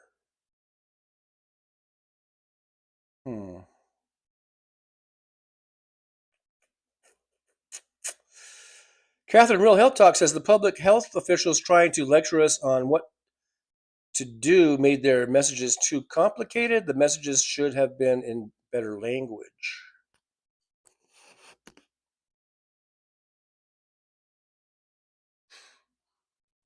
Well, I think we had a lot of mixed messages.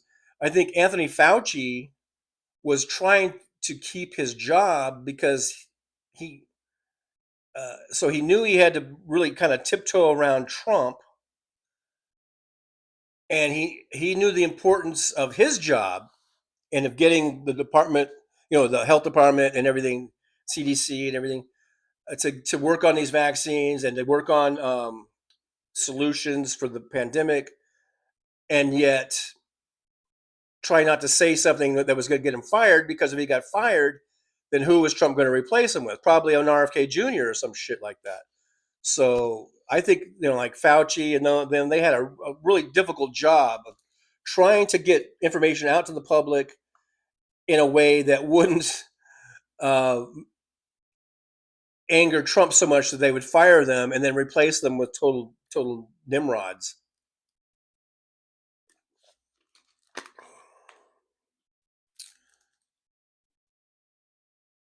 He was pretty. They were in a pretty difficult spot there. Fancy says I still wear my mask too. Yeah, I've been seeing people wearing their masks again. Fancy says no, I don't have the shingles. I got the vaccine for it. Yeah, I think I knew that, but I just started talking about my experience. Christina Sun Ghost Squad says I'm in New York. I voted for Lady Democrat originally in the primaries, but he won out, which is fine. I was hoping that you now get a woman, but it's okay. Yeah, they had the primary process, and in the primary you vote for who you love, and in the general you vote for if you're a party member, you vote for the party, the one who won the party nomination. Terry Taylor says I never got COVID, nor did my hubby or my kids, but we all got vaccinated and wore masks when out and about. Jorgen Johansson, Judas Trump. I don't know. That was some earlier post. I don't remember. Sunnyfold says Kathy Hochul is sending out checks of $400 to people who live in New York State. Wow. That's nice of her. David Dog, Michael Johnson is on the list too. I don't know. We don't know. Maybe that's why he's so adamant about delaying as much as possible that swearing in that new person there. Fancy says I like that political punk. He's on late. I was watching him the other night. Maybe it was last night or 2 nights ago. I was watching that political punk. Yeah, it was pretty good. It was a pretty good show. Yeah, I thought he covered some stuff going on and made good points about it. Michael McAndrew says Johnson may have been involved in the coup attempt and is involved in the criminal coup attempt to cover up attempt. Yeah, I've heard that too. Yep, the Johnson was, yeah, absolutely. The Soulcraft says Mockler has been schooling them on CNN last week, especially that Scott Jennings prick. Yeah, Mockler was great on that panel.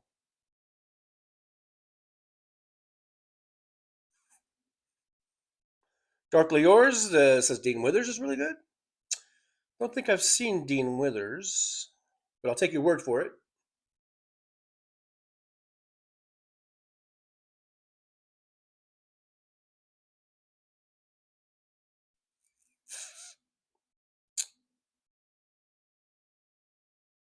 All this talk of COVID, this video might end up when this goes to video after we're done. It might get flagged or something or pulled by YouTube. They're weird about that.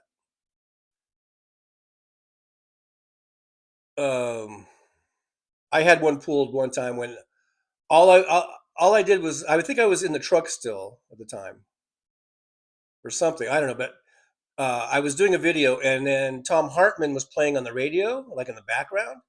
and in the radio they were talking about COVID, and I didn't even think about it, and then after the video I posted to YouTube, and then they took it down. They completely just took it down because they said it violated their whatever code about talking about COVID. It was weird. It was really weird. I think that's the only time I've ever had them pull down a video for that. I had another one pulled down because I showed a pretty much almost naked lady dancing in the street when I was doing ride share. She was wearing a very, very, very, probably the most skimpiest string bikini I've ever seen. So she was like this close to being naked. And I thought it was funny because we were at a red light. She jumps out of the car. She starts dancing. She's very well endowed, if you know what I mean. And I'm shooting the video, and then I posted it, and then they took that down. YouTube took that shit right down. They said it was they don't promote. They didn't actually say nudity. I think they must have seen the strings that were covering some of the vital parts. But they said they don't promote videos that are like demeaning to women or something like that. Oh, and meanwhile, then what do I see? You see all over the place, practically naked women, having channels and getting lots and lots of subscribers and lots of views based on the fact that they're posting videos of themselves practically naked. But because I saw something that happened in real time out on the street, and I thought it was amusing, I didn't mean it to be demeaning or anything like that. They pulled it. They yanked it.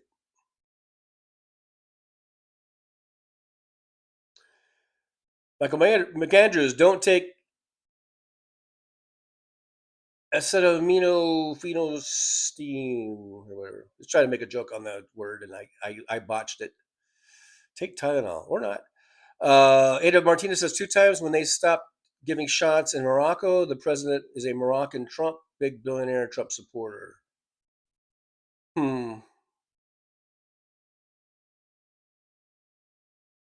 That sucks. I hate these big Trump supporters. Kiki Street says, don't believe in God nor aliens ever on Earth. And you're certainly entitled to believe that.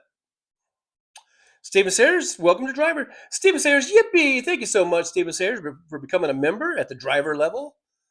Folks, we got memberships for as low as $1.99 per month. So thank you so much, Stephen. That really does help the show. It helps us stay on the air. So I appreciate you. Thank you. Victor Harshman's here. Victor says, Dan Rather, wait, I thought you were talking about Dan Rather. No. The reality is we have a sharp partisan divide in this country, and the divide is largely over reality. Yeah, I think so. There it is, the Soulcraft. I know he did with Elysium because it's been airing all the time lately on Stars. So that's it. He was watching fucking Elysium, and he's like, yeah, why don't we get that in all the things? We don't need healthcare. We'll just get the Medved bed. The Michael Medved bed. He's such an idiot. Sandy Foltz, 99 cents super sticker. Thank you, Sandy Foltz. Yippee to Sandy Foltz. I do appreciate you for that. Every little bit helps. So thank you so much.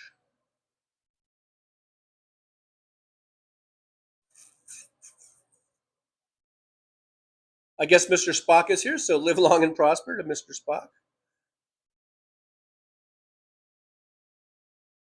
Mr. Spock, I'm really stoned and drunk. Yeah, a twofer. A twofer for old Mr. Spock. Ada Bedina says, Drugger John, I have seen UFOs in New Orleans, in Walhalla, South Carolina, and Casablanca, Morocco. My husband saw 3 UFOs in northern Morocco, but he still believes they're military experiments. I've seen them here in Nevada. I've seen them in California. I've seen them in Arizona. and I've seen them in Texas. And I don't know I don't know if those are, you know, military aircrafts or if they're otherworldly. I have no idea.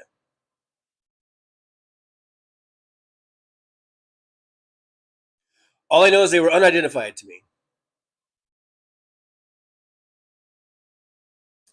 Damon Dog, this just in, pro disc golf player disqualified after testing negative for cannabis. I hate teasers.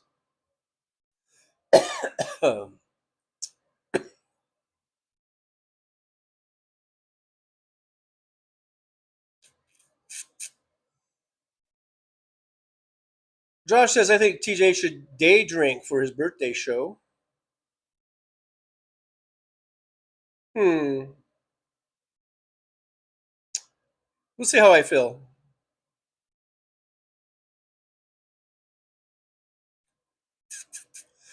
Christina and Son Ghost Squad says, right? I would probably think that now I'm kind of mid-thread, I think. I'm mid-thread, and I am sort of skipping and needle dropping. So I'm a little mid-thread here. Let me see if I can figure out what Christina is talking about. It says, right, I would probably think that they were just prone to COVID. It's one of those things like the flu. I never got the flu, never had the flu vaccination, but lots of people get the flu and die sometimes. Yeah, primarily young kids and old people die from the flu, primarily.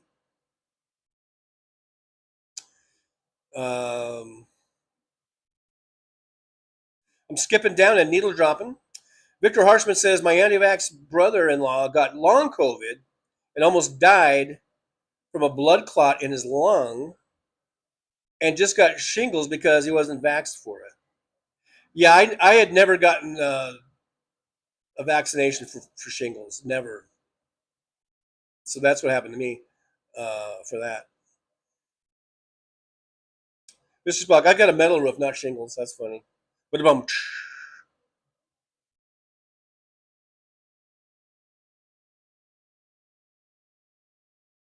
Sandy Folds says, if I lived near you, I would have baked you a cake for your birthday. Thank you, Sandy. That's very nice of you. Very sweet of you.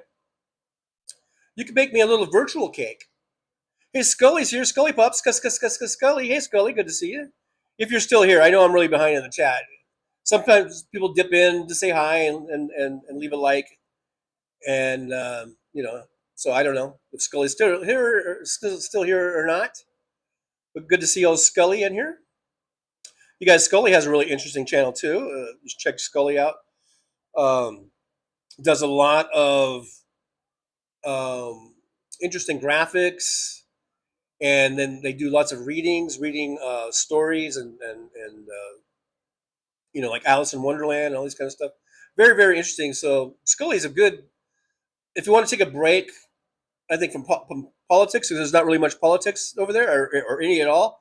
It's just all about entertainment and watching or reading interesting things and stories and interesting graphics. Lots of great computer generated graphics, and I guess now AI graphics. So Scully Pop out there, look him up. AM says, TJ, I had pancreatitis in my 20s. Wow. Every time I had it, it would be hospitalized for a few days. I could not keep anything down. So you had it more than once. Fortunately, thank God, knock wood, I've only had it the one time. I didn't have it until I was 55 or whatever. And, 54 and a half. I just had it the one time. But yeah, when I was sick, I got sick. It was the point where I was vomiting just bile. And sorry about the gross imagery. And I'm not, like I said, I'm not a vomiter, and I knew something was wrong. But man, you had it in your 20s, and you've had it apparently more than once, and that's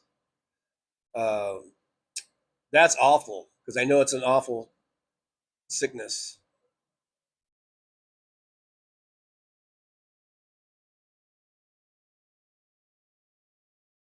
All right, I'm skipping down, and I am needle dropping.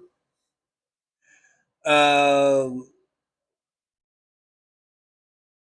Mars says possible microbial fossils on Mars. A rover found leopard spot minerals formations in Chayava Falls. That's very interesting.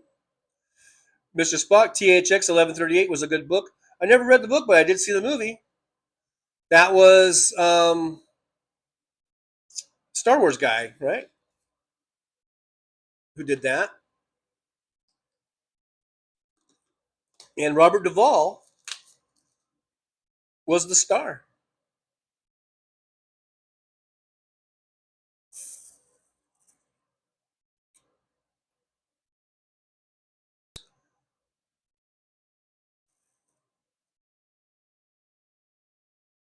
All right, I'm skipping down and needle dropping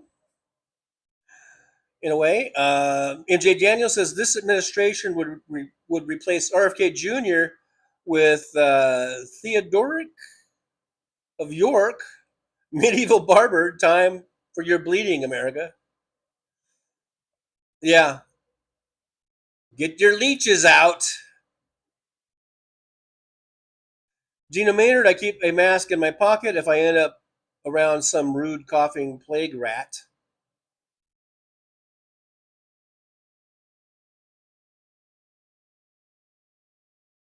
Skipping down and needle dropping. Fancy says Newsom is giving us money back on our electric bill next month. Nice.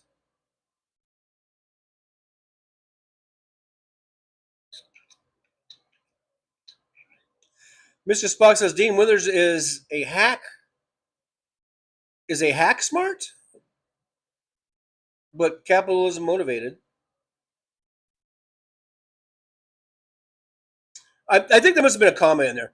Dean Withers is a hack, comma, smart, comma, but capitalism motivated, period. I know Mr. Spock is high and drunk. So the first thing that goes is grammar, is punctuation. Okay, skipping down and needle dropping in a way, in a sense.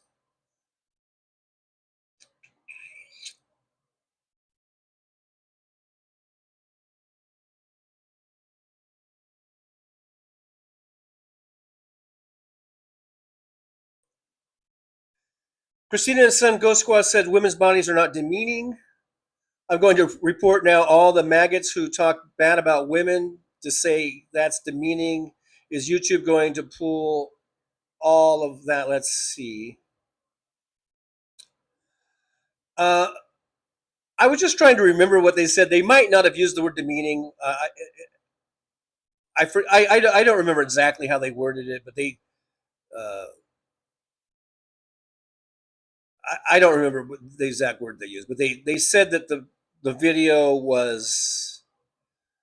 I don't know. I can't remember exactly how, but if they didn't say demeaning, I think that's what they meant. And then I was just sort of exploiting this woman or something like that. I don't know. When really I just meant it as a funny thing, like oh, the things you see when you're an Uber driver, because this is when I was doing Uber, and it was like, and I was in Vegas, so I think I titled it like the things you see in Vegas and when you're driving Uber, and then it was like boom, this woman, this very pretty young lady gets out of the car as we're at a red light, because the red lights are notoriously long here in Las Vegas. I mean, you literally can listen to a complete song on the radio before it changes back to green. And so she just hopped out of the car and started dancing, and everyone was just like, hooping, and it was like a good thing. It was like, it's like, oh, look, you go, girl, type of a thing. And so probably somebody reported it. It probably, now that I think about it, it probably wasn't like YouTube found it. Someone probably reported it or something, because she was, for all intents and purposes, naked. I mean, she had a couple strings on that went across her nipples or whatever, and she had a very stringy bottom. part.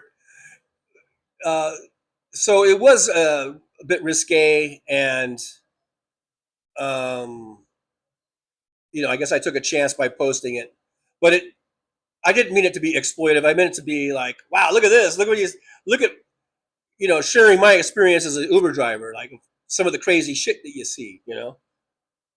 But anyhow, it is what it is. It is what it is.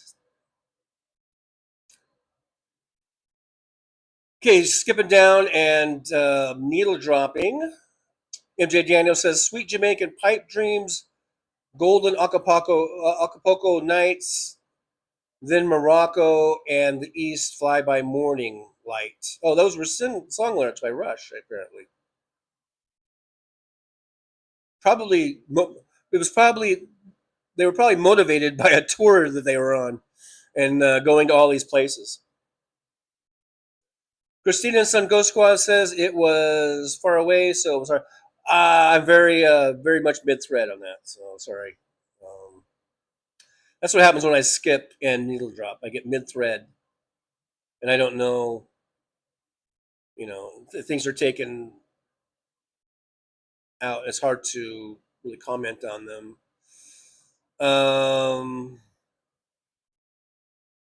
Let's see. Falcor, bile is vile. Yeah, it was. It was gross. It was gross. I felt like I was just vomiting up the lining of my stomach or something. Like there was nothing left but the lining of my stomach. Josh, always fun when you're blasting out both ends. Now, for the pancreatitis, I was not having diarrhea. I was only vomiting. The diarrhea that was during COVID when I had this really bad thing. That was way years later, almost 10 years later. Just for the record.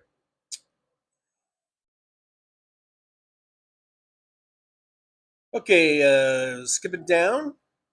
Mr. Spock, I'm baked, is what he says. Catherine Real Talk says Pritzker called ICE jackbooted thugs. Ooh, he called ICE jackbooted thugs. John Glad's here. Hey, glad to see John Glad. Hello to you. Michael McAndrew says very Nazi of Trump and Miller. I am mid-thread, and I probably someone probably said something about Miller. Scully's here. I'm busy listening. Yeah, check out Scully. He's got a really interesting show. Really fun and laid back. If you're tired of politics, I know we had people in here saying we're tired of politics. Go over to Scully, and that's probably a good one for you pot smokers or whatever. Or even if you just want to have a nice glass of tea, cup of tea, or a soda or whatever, and you just kick back and you listen to Scully's show, and it's pretty cool.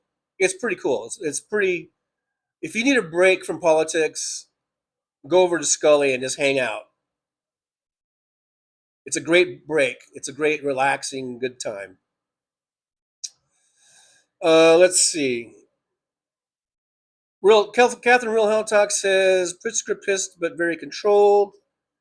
He's very worried. He's probably going to run for president. Catherine Real, but I said that. I did that. Catherine didn't say that. Catherine Real Talk says I'm 10 miles from downtown. Damon Dog says I've been to Athens several times. My entire father's side comes from Jenkins County. Oh, I thought you meant Athens, Greece. Are you talking about Athens, like Georgia? I'm mid-thread.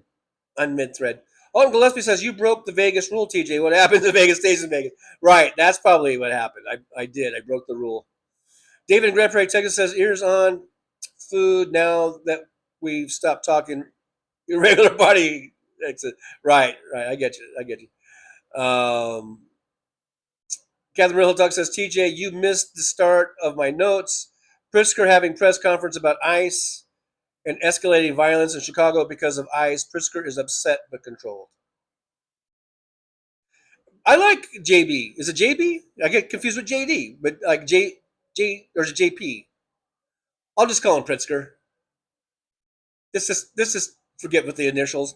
Pritzker is pretty cool, and I think he's going to run for president in 2028.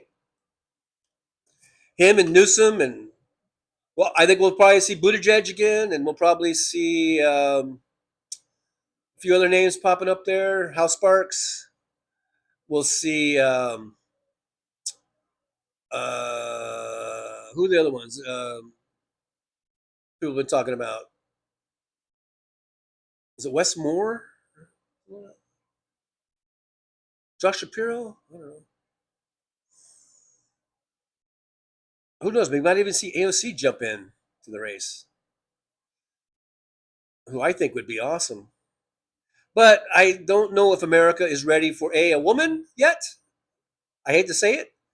And actually someone that is a progressive. She's a total progressive. And I mean, there is polling, I think, that shows that Americans are pretty progressive in what they want.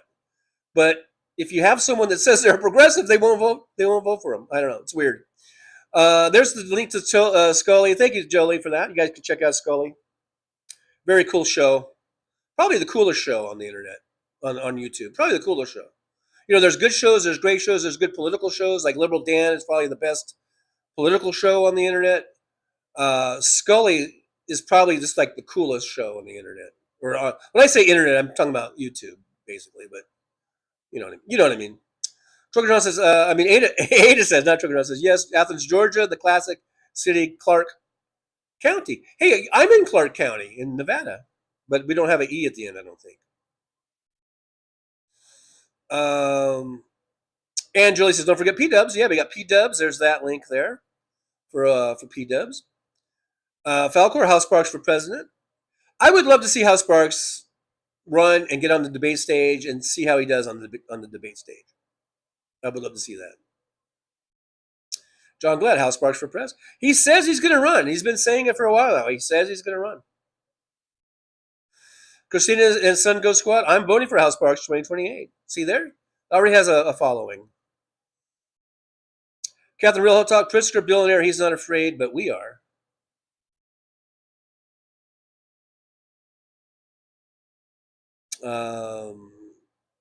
Fresh out of the shower, says Kyle Kulinski for Congress. Is he interested in running? I watch Kyle. I think he's okay. I think his show's okay. I think he makes some good points and brings out good issues.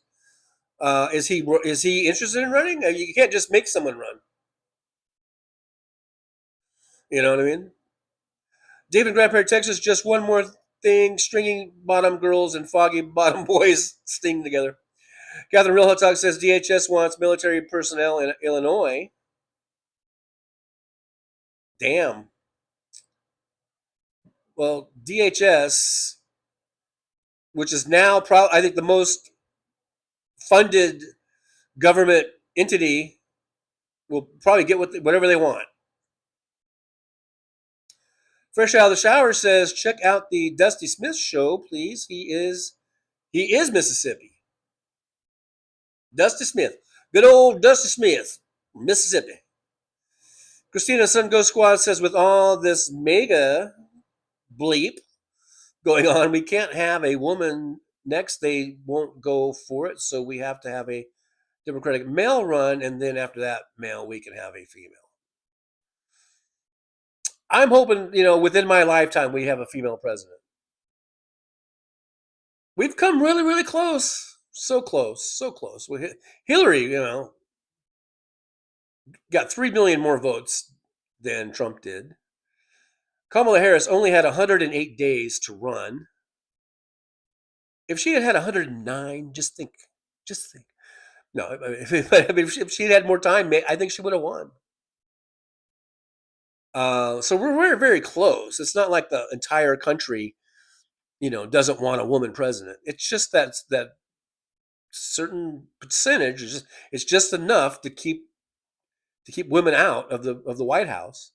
But we're going to get there. We're going to get there, and I think it will be within my lifetime, unless I die today. But if I live your average, if I lived in my, let's say, mid 80s, which is about 20 years from now.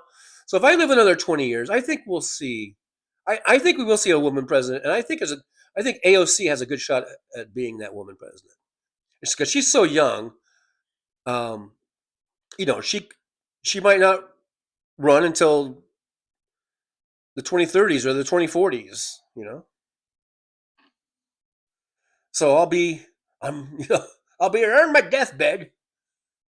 AOC is gonna win, and then I can die in peace. Damon Dog says we had an E on the end of Clark till World War II. Then they dropped it for some reason. Now we're just Clark. Funny how things like that happen. Isn't that weird? Ain't that weird? I think it's kind of weird. Fresh out of the shower. Nobody should want to run for office. I don't agree with that sentiment. I don't really agree with that sentiment. I think you should want I think you should want it. You gotta want it to win it, and we want it more. You gotta want it to win it, and we want it more. Yeah, Rams, go Rams. Falkor, it was not a fair election. Fresh out of the water says, yep, it's 420 at 320. Oh, you pot smokers, and you're 420. Mr. Spock says women need to control the earth.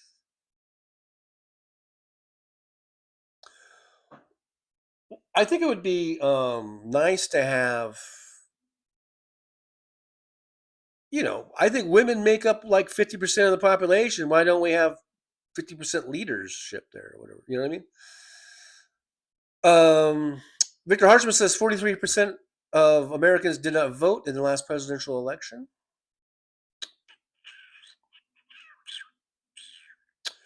We need to get turnout. That's why the Republicans are always trying to make turnout so difficult, because they know that the higher the turnout, the more Democrats win. If I made that sounded like a proper sentence. The higher the voter turnout, more Democrats win. And so that's why, that's the one and only reason that they want to gerrymander, and they want fewer polling places. They don't want vote by mail. They, all that shit is all because they want to lower the turnout, and because they know lower turnouts are better for them, for Republicans. Higher turnouts are better for us, Democrats. Speaking of Democrats, I noticed we have 49 watching and 68 thumbs up. So thank you guys very much for getting us to be more like good Democrats and operating at a pretty good surplus. So I do appreciate you for that. Damon Dog says Jekyll Island used to be a resort for the Kennedys and a place for alcohol deliveries from the Bahamas during Prohibition. They made their money from bootlegging. That's seems to be a bit of a non sequitur. I don't know why we're talking about the Kennedys and bootlegging all of a sudden. But yeah, good old Joe Kennedy Sr., right? Did all that. Mr. Spock says, not a Gwendolyn in the land of Yik Yak future. Dude, you must be totally baked. And I have no idea what the fuck that's about. Damon Dog says, at Ada, Jessup is an okay place. Not much to do there. Very flat. Catherine Real Hell Talk says, Mayor of Chicago, that's that Pritzker guy we were talking about earlier, is verbalizing money of contracts for Agent Orange shit. You guys should watch this. Very telling and indicative of things maybe to come all over the country. So he's talking about money of contracts for Agent Orange. Not sure if I know what that means. He's talking about money of contracts. Contracts that people getting paid to do something. Fresh out of the shower, I think Congress should be made up of under 50-year-olds and lean female. Laughing out loud. Okay, now you're just being kind of silly. Damon Dog says, Catherine, thanks for the heads up. I'll watch after the show. On this really big shoe. Right here. On this really big shoe. We're going to have a really big shoe. Right here. Okay. Hey, buy me a coffee. There's the link for that. Thank you, Jolie, for that. I'm just sort of winding this down. Let's see, because I did get to pretty much the end. Catherine, Real Health Talk says TJ Mayer is Johnson, Governor is Pritzker. Oh, did I say Mayer, or did I mess that up? Yeah, I knew Pritzker was. Oh, yeah. See, I messed when you said Mayor. Yeah, of Chicago. I just automatically went to Pritzker, even though I knew Pritzker was governor. But for some reason, I just went. I guess maybe he's the most. When I think of Chicago and Illinois, I've been thinking of Pritzker. Yeah, I just went right to that. It's funny how we just in our minds we can kind of just skip stuff. You know what I mean? Or like just go. Yeah. So I just jumped automatically to Pritzker, even though I knew he was governor. I knew he was the governor. I knew he wasn't just a mayor. But yeah, you're right. Thanks for correcting me on that. But yeah, that's weird how our minds just jump to like All right, thanks for clearing that up. Josh says I had a great book about smuggling booze from Canada across Lake Ontario. I think it was called Fire and Ice, something like that. Okay. Ada Benitez, Damon Dog. That must have been Patrick Kennedy, JFK's grandfather. No, I think you go back to Joe Kennedy. That's where it all started from.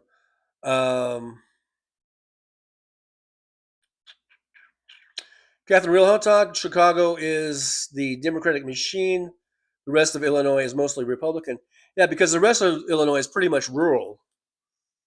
You know, it's all rural, and it's mainly cornfields and cow pastures. So, and according to a certain person that we get on here sometimes, they feel underrepresented or something, or they feel like the Democrats don't care about them and don't give them what they need, so they vote for Republicans or some weird kind of rationale. Ada Benitez, I need to run. Oh, more Trammell? Sciatica pain is terrible. Oh, yeah, that is. I think I've had sciatica. It's not good. It's not good.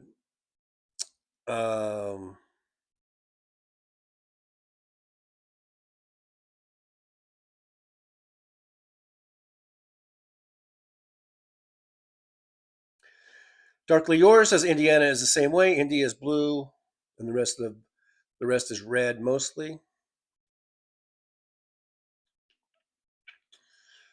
Yeah, that's typical. The cities, the high population areas are usually more Democratic, and the rural areas are usually more Republican. That's the same in California. Look at the San Joaquin Valley. Look at Bakersfield. That's where what's his face is from. You know, Kevin is from.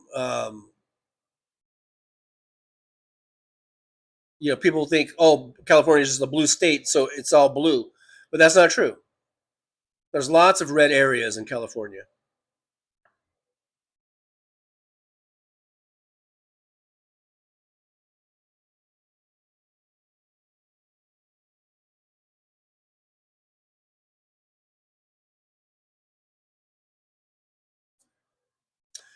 Ada Benitez says, thanks for the fun. Well, thank you for being here, Ada. I do appreciate you. Now, we'll be back on tomorrow at 9 a.m. Pacific time. I do come on at 9 on Tuesdays and Thursdays to try to fill that spot where Hal Sparks is usually at 9 a.m. So we'll be back at 9 a.m. tomorrow. So I think I'll go ahead and we will put an end to today's show. We are at over 2 hours. Ada just became a good buddy. Thank you so much, Ada.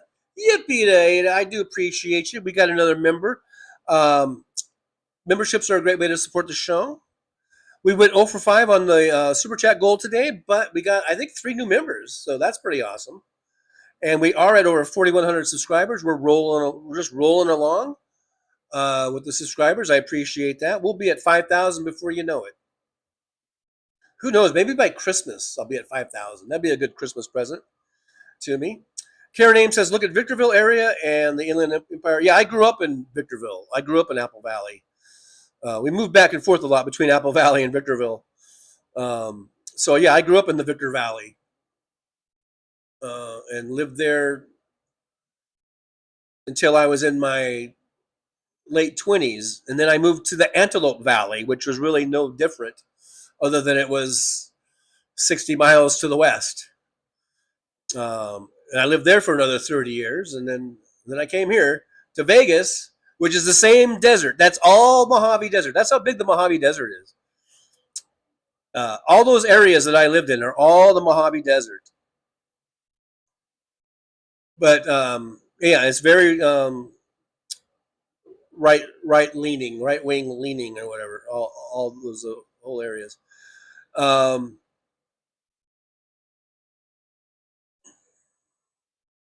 Catherine Real Health Talk says, if you can, watch Illinois governor's press conference. Okay, so that would be Pritzker then. Okay, just so I make sure I get that straight.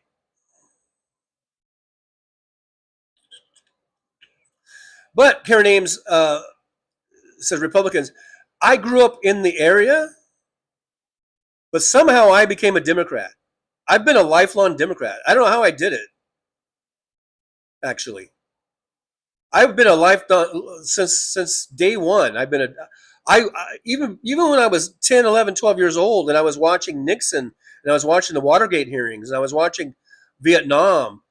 I hated Nixon. I hated him, and that was way before I could even vote.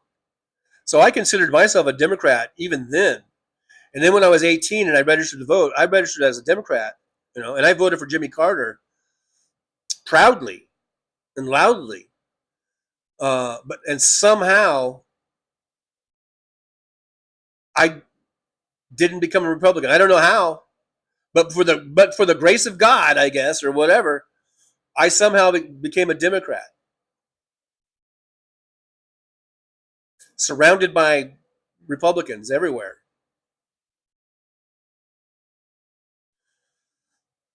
So I'm just patting myself on the back, I guess, a little bit. I don't know. Because I'm proud of being a Democrat, and I'm proud that I voted for Jimmy Carter when everyone else was voting for fucking Reagan. I knew that Reagan was a fucking clown. And I told everybody. And they would just laugh at me. And I said, you can laugh all you want. Reagan's a clown. He has no business being in the White House. And Jimmy Carter is a great man. And they just fucking laughed at me, my friends. And then they won the election, and they thought, aha, see, we were right, you were wrong.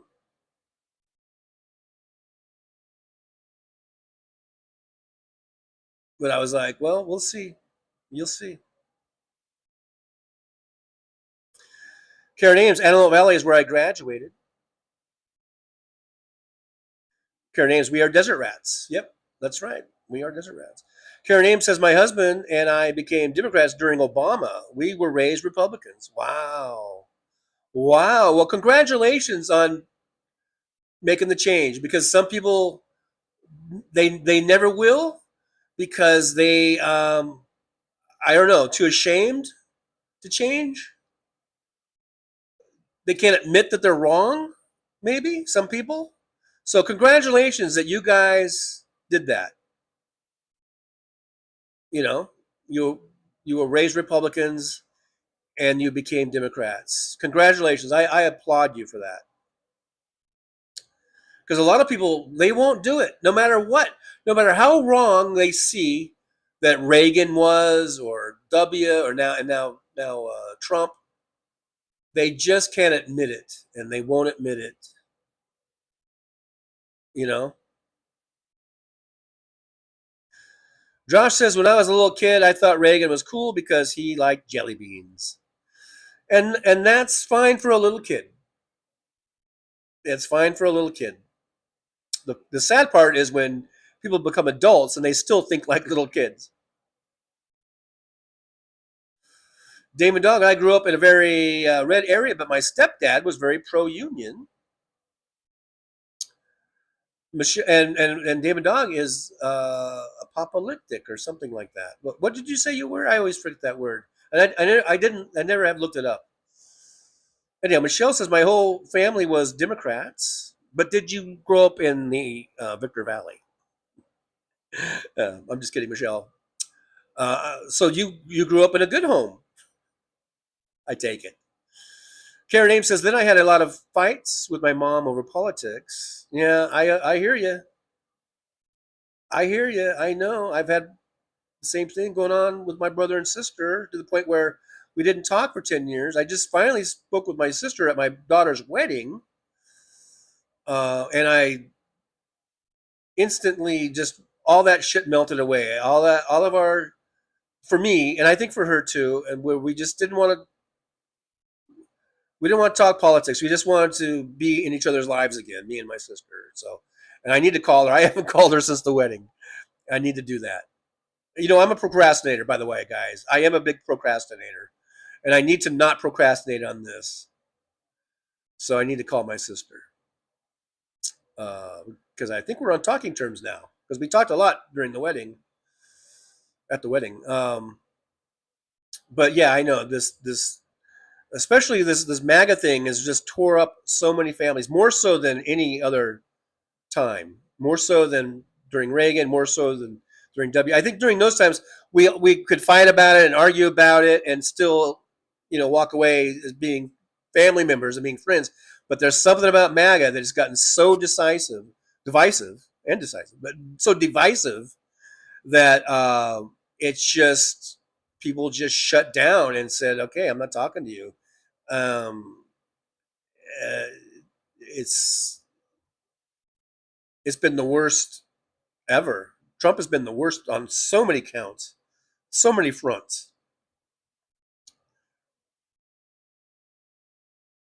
Karen Ames says, thanks, John. My parents were Trumpers. Damon Dog says, Reagan was commander-in-chief when I was in the Army. Damon Dog, apoplectic. I'm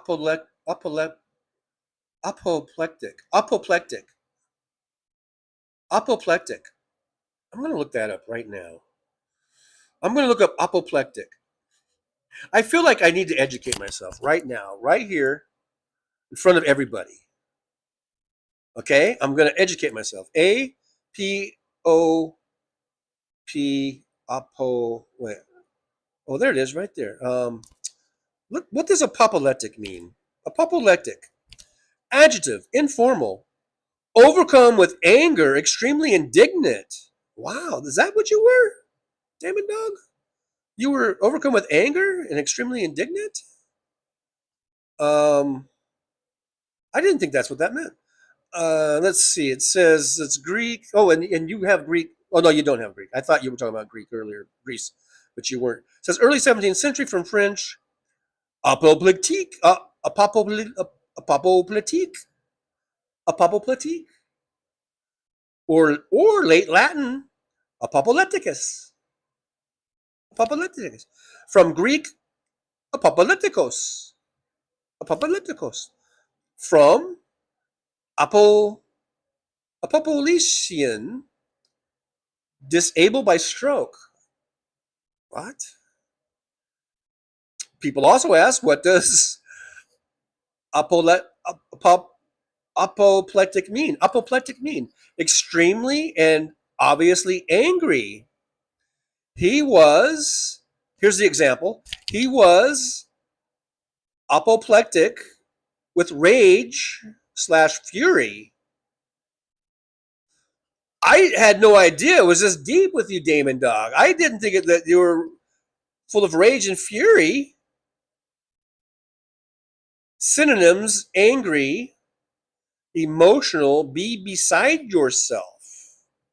Well, that doesn't sound as harsh as rage and fury to me, but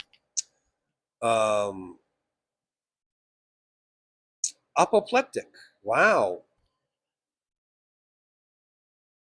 Here's one. It says, is it rude to call someone apoplectic? Apoplexy is a medical term with very little informal usage.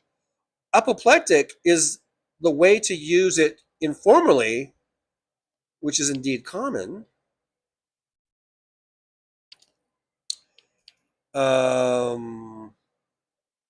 Wow. So I didn't know you were full of rage and fury about voting or something.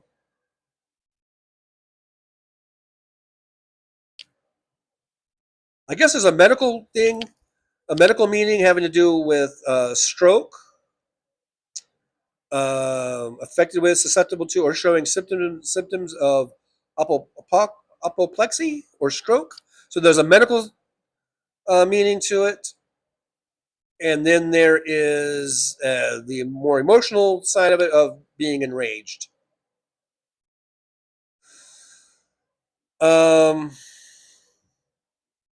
And synonyms are angry, outraged, angered, infuriate, indignant, infuriated, mad, enraged, furious, ballistic. Wow.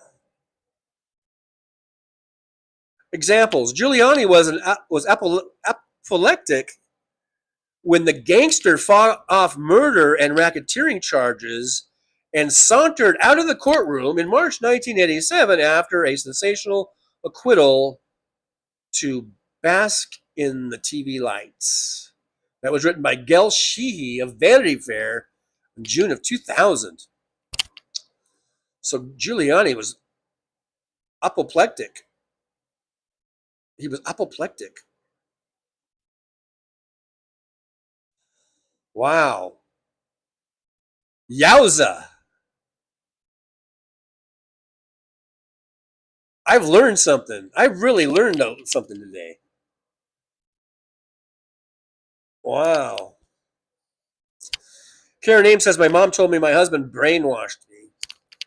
Yeah, they always think you're brainwashed. Although I have maybe accused others of being brainwashed from watching Fox News.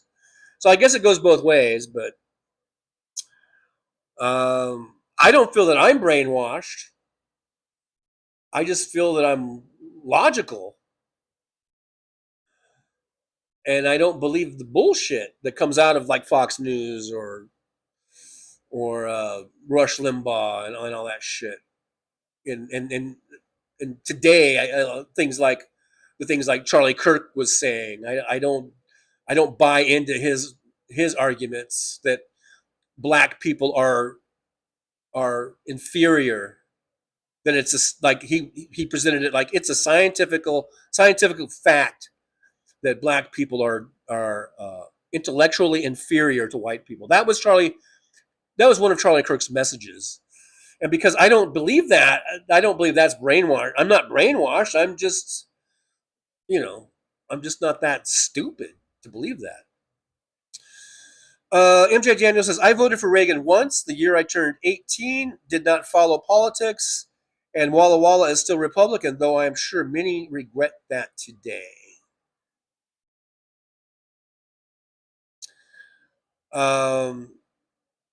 Yeah, I'm willing to give an 18-year-old who's growing up in a rural area like Eastern Washington, or where were you? Walla Walla, that's pretty out there, yeah.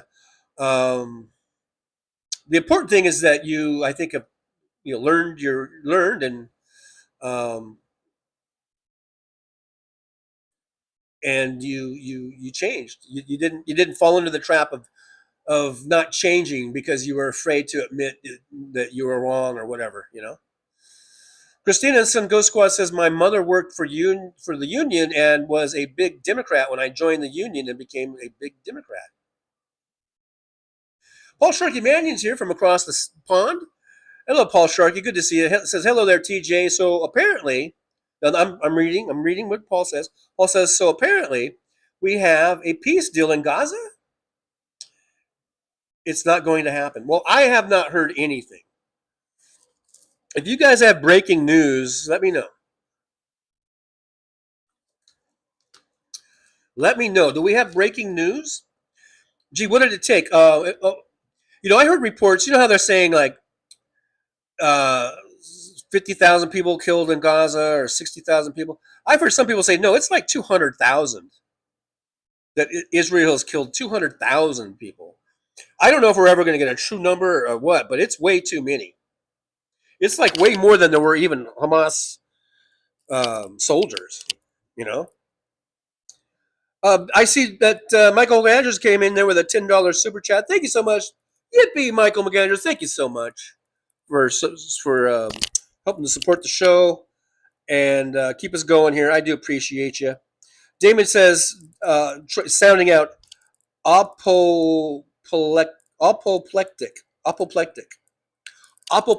going to say it a few times. Apoplectic.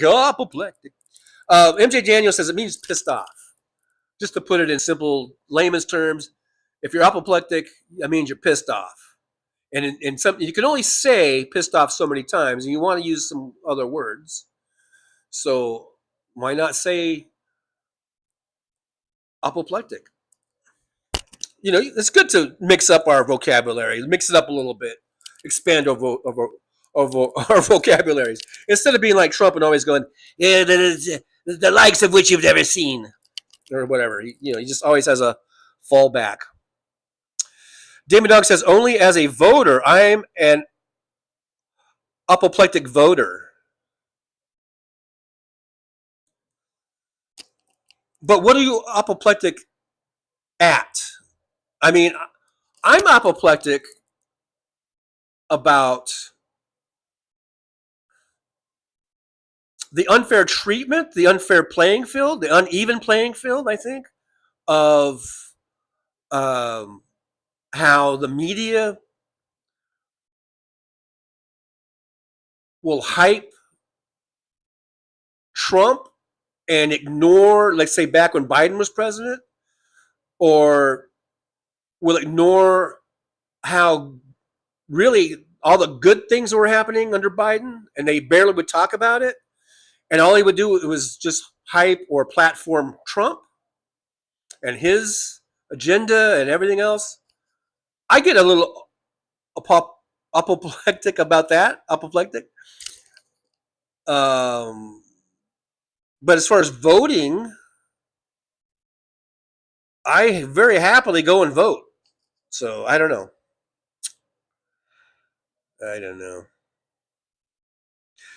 Paul Sharkey Mannion says, I was in West Germany in 1981 when Reagan got shot.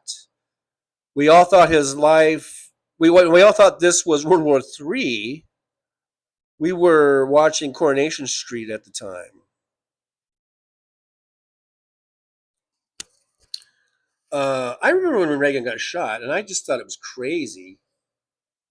I thought it was just crazy. The whole thing, they showed the thing where James Baker got shot, and Reagan got shot, and it was just right there on the street. And I was just like, holy fuck, where's security? And I mean, how did that guy get through? It was all just, you know, as much as I didn't like Reagan, I did not want, and just like Charlie Kirk, I didn't want anyone to be shot. Even back then, you know, it's not like I've changed. I'm this thing. Even back then, I did not like the fact that Reagan was shot. Now, when he was in the hospital and everything, it's like, hey, if he dies, he dies. I don't give a fuck. But I did not want him to be shot. I'm not for this political violence and everything. But I didn't really think it was going to be World War III because of it. I just thought it was just some crazy weirdo that somehow got through Secret Service, and I'm like, how the fuck did that happen? I thought these guys were supposed to be good at that shit, guarding and shit. Christina's son and son Ghost Squad says, well, let's say what it is. It's Fox Entertainment, and they said it themselves. Well, they did that to try to save their bacon in court, I think. But yeah, they said it themselves. They're not news in the lawsuit. Okay, I should have read your thing first. In the lawsuit, so let's just put that out there. Well, yeah, but that was a tact. That was tactfulness to try to avoid prosecute or losing the civil case, I guess. Karen Ames says exactly that. They thought Fox showed facts, didn't believe Trump, got indicted 30 times. Yeah, that whole thing, yeah. And there's Michael McGandrew. I'm just not getting into it. I'll give you a thumbs up and the heart. Thank you. Again, yippee to Michael McGandrew. Michael says, have a good day. Got to go play a game of Catan with my wife and a friend. I don't know what that is. Christina White says, I have New World Webster Dictionary, and I found that word in it. Yeah, I just Googled it, and it came up. I Googled it. I Googled on the live stream. Right in front of y'all. I Googled. Sandy Foles says House Sparks was fired. Why, Sandy? Why would you post that? Just out of the blue. House Sparks was fired. I'm not sure if the House Sparks that you're talking about is the same House Sparks that I'm talking about. There might be a different House Sparks. There might be more than one, maybe. I don't know. Anyhow, I am going really long, and I should get going here before the battery dies. Damon Dog says, that's news. Kushner buying EA is nothing sacred. Boy, it must be nice to have the $3 billion that you got from the Saudis to prop you up and, so you can do shit like that, I guess. I think I'm apocalyptic. I'm Apple. You know what? I hate that word. I think I'm apoplectic.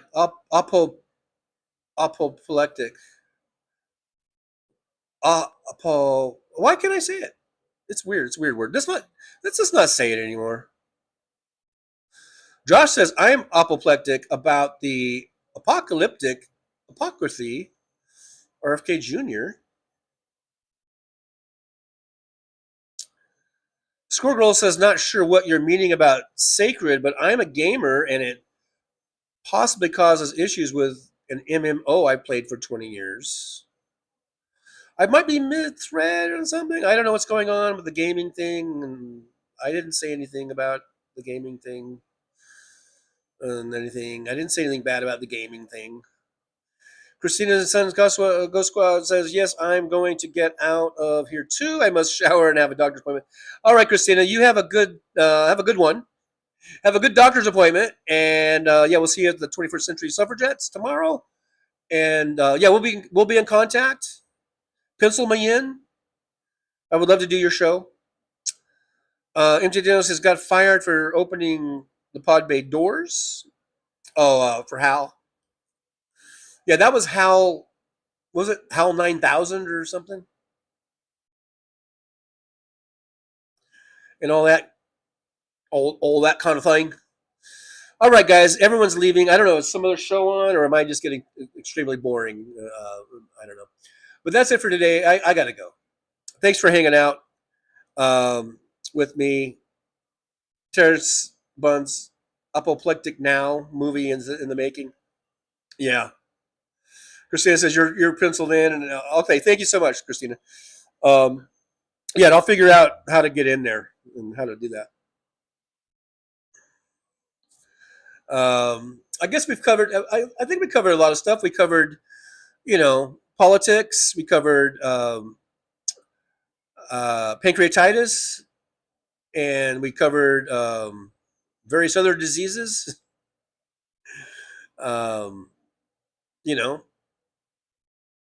We covered all kinds of stuff. Reagan. aliens. We touched a little bit on aliens. I mean, we did a little bit of everything today. You know, talked about the Rams. Look at that. Look at that Rams hat. Today's the Rams. Tomorrow it'll be the Dodgers. I think Dodgers are in the playoffs. Go Dodgers. Go Rams. Go whoever you guys like. Go them too. You know, we all like who we like. And you guys take care out there. I know it's a tough times. These are tough times, no doubt. With Trump and what he's doing to our country, and it's tough and it's scary, but it's nice. Like for me, I just had 2 hours and 40 minutes where I kind of didn't feel scared. Just having you guys in my chat room and talking to you guys. Even if I do talk about politics, and even if I do talk about Trump, it still kind of takes my mind off of, I guess, the fear or the fear of wondering what's going to happen next, what's down the road. So I do value the time that I spend with you guys, because it does help me kind of get through the day, and I hope I do the same for you. I hope it's a two-way street where we help each other get through it and remain strong and know that we, at least virtually, we have each other's backs, or we can hold hands or whatever. You know, we can be here for each other, and so this show and all the other shows that we all kind of hang out in together are a great way of getting through it and maintaining our hope. Let's not lose our hope, and let's try to find the hopeful things that do come up, and we'll accentuate those, or we'll highlight those. You know, like the Arizona representative who just won her seat. That's a positive thing. She's going to get sworn in eventually. Little Mikey Johnson can't delay that forever. And we're going to have the 218 votes, and we are going to get the Epstein files released. Okay, so, and whatever little victory we can take. And we've had some special elections along the way that have not only they've won, but they've overperformed.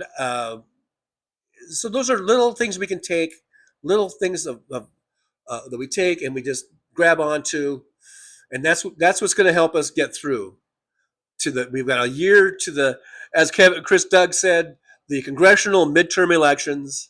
We've got like a year away from that, 400 days. Okay, so we need whatever we can grab, little bits of hope, little things here and there to pull us along. You know, we're gonna, as we go, as we make our way through it. So let's keep it up. I hope you guys come back here and I can be that, you know, a little bit of hope. And then when I go to other people's shows and other things, they'll do the same for me. You know what I mean? It's like it's a two-way street here. All right, guys. So the only thing left to do is, of course, the words of wisdom. So I would highly recommend that you guys get a paper and pad out, write this down for today's words of wisdom. Okay, so you ready? Here we go. All right, first thing is,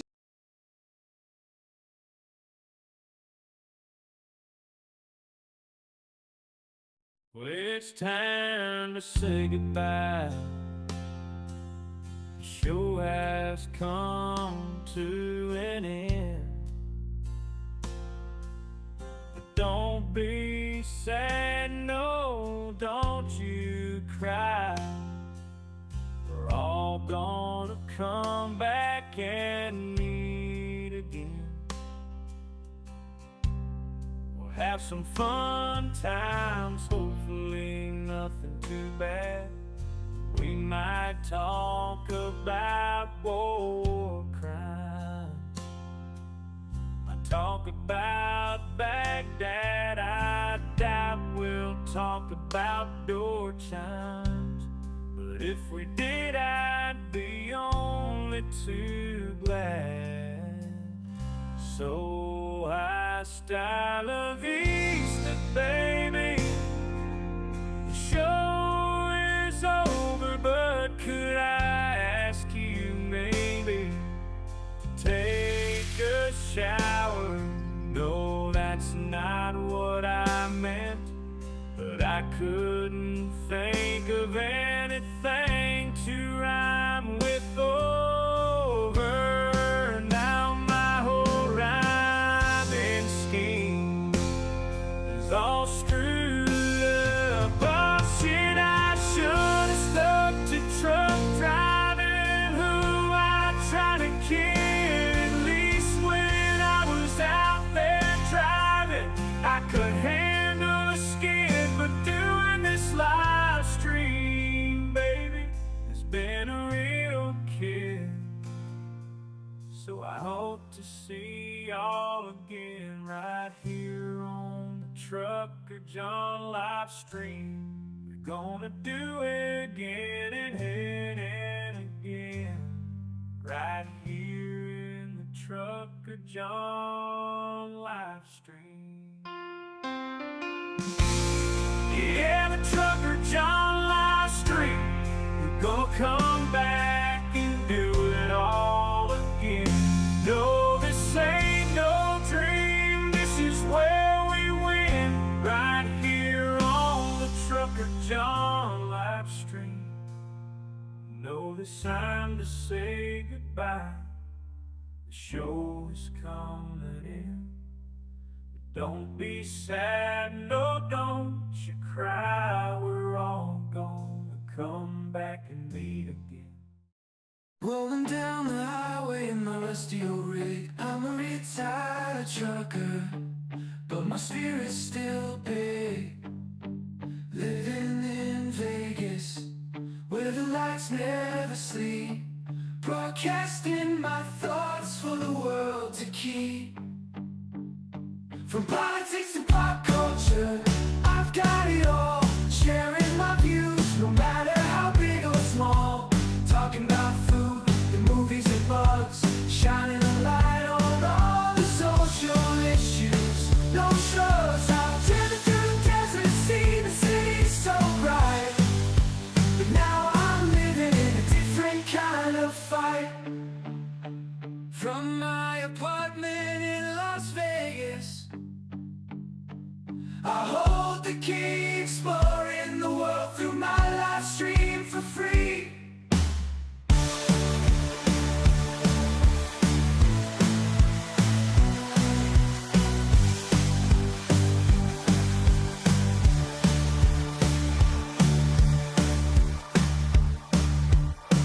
My apartment in Las Vegas, I hold the key, exploring the world through my live stream for free.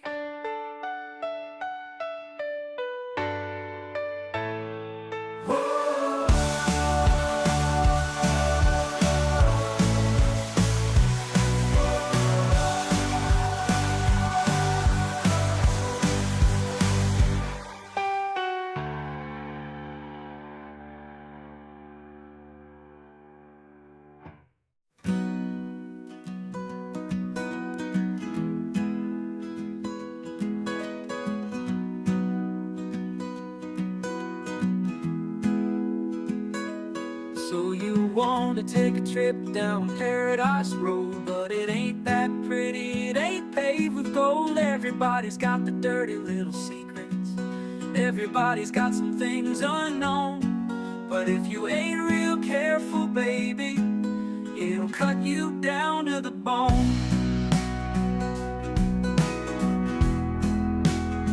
Under all those bright lights, you've gotta learn to ignore the glitter. It's all about fight or flight, and you don't wanna do either.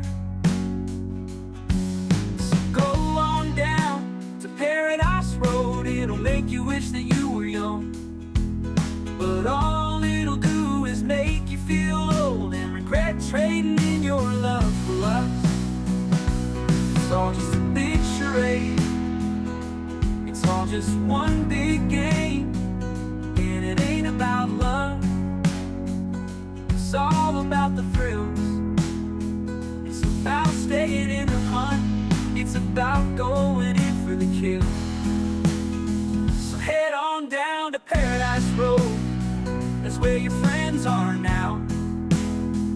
They're the people that nobody knows.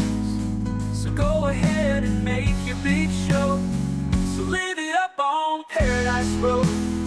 Just don't let anyone know. It'll be your dirty little secret. It'll be your guilty little pleasure. Living a secret that the whole world sees, hiding in plain sight among the scum and the thieves. So damn hard to ever be pleased.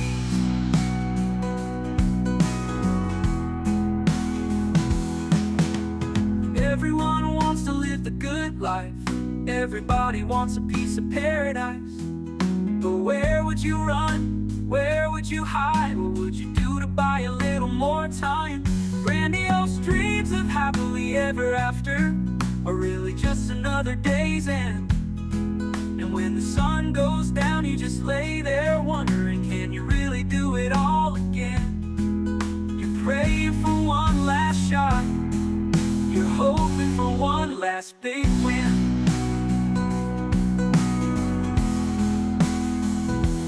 Paradise Road is calling, so you better hurry along. Paradise Road is calling, so you better hurry along.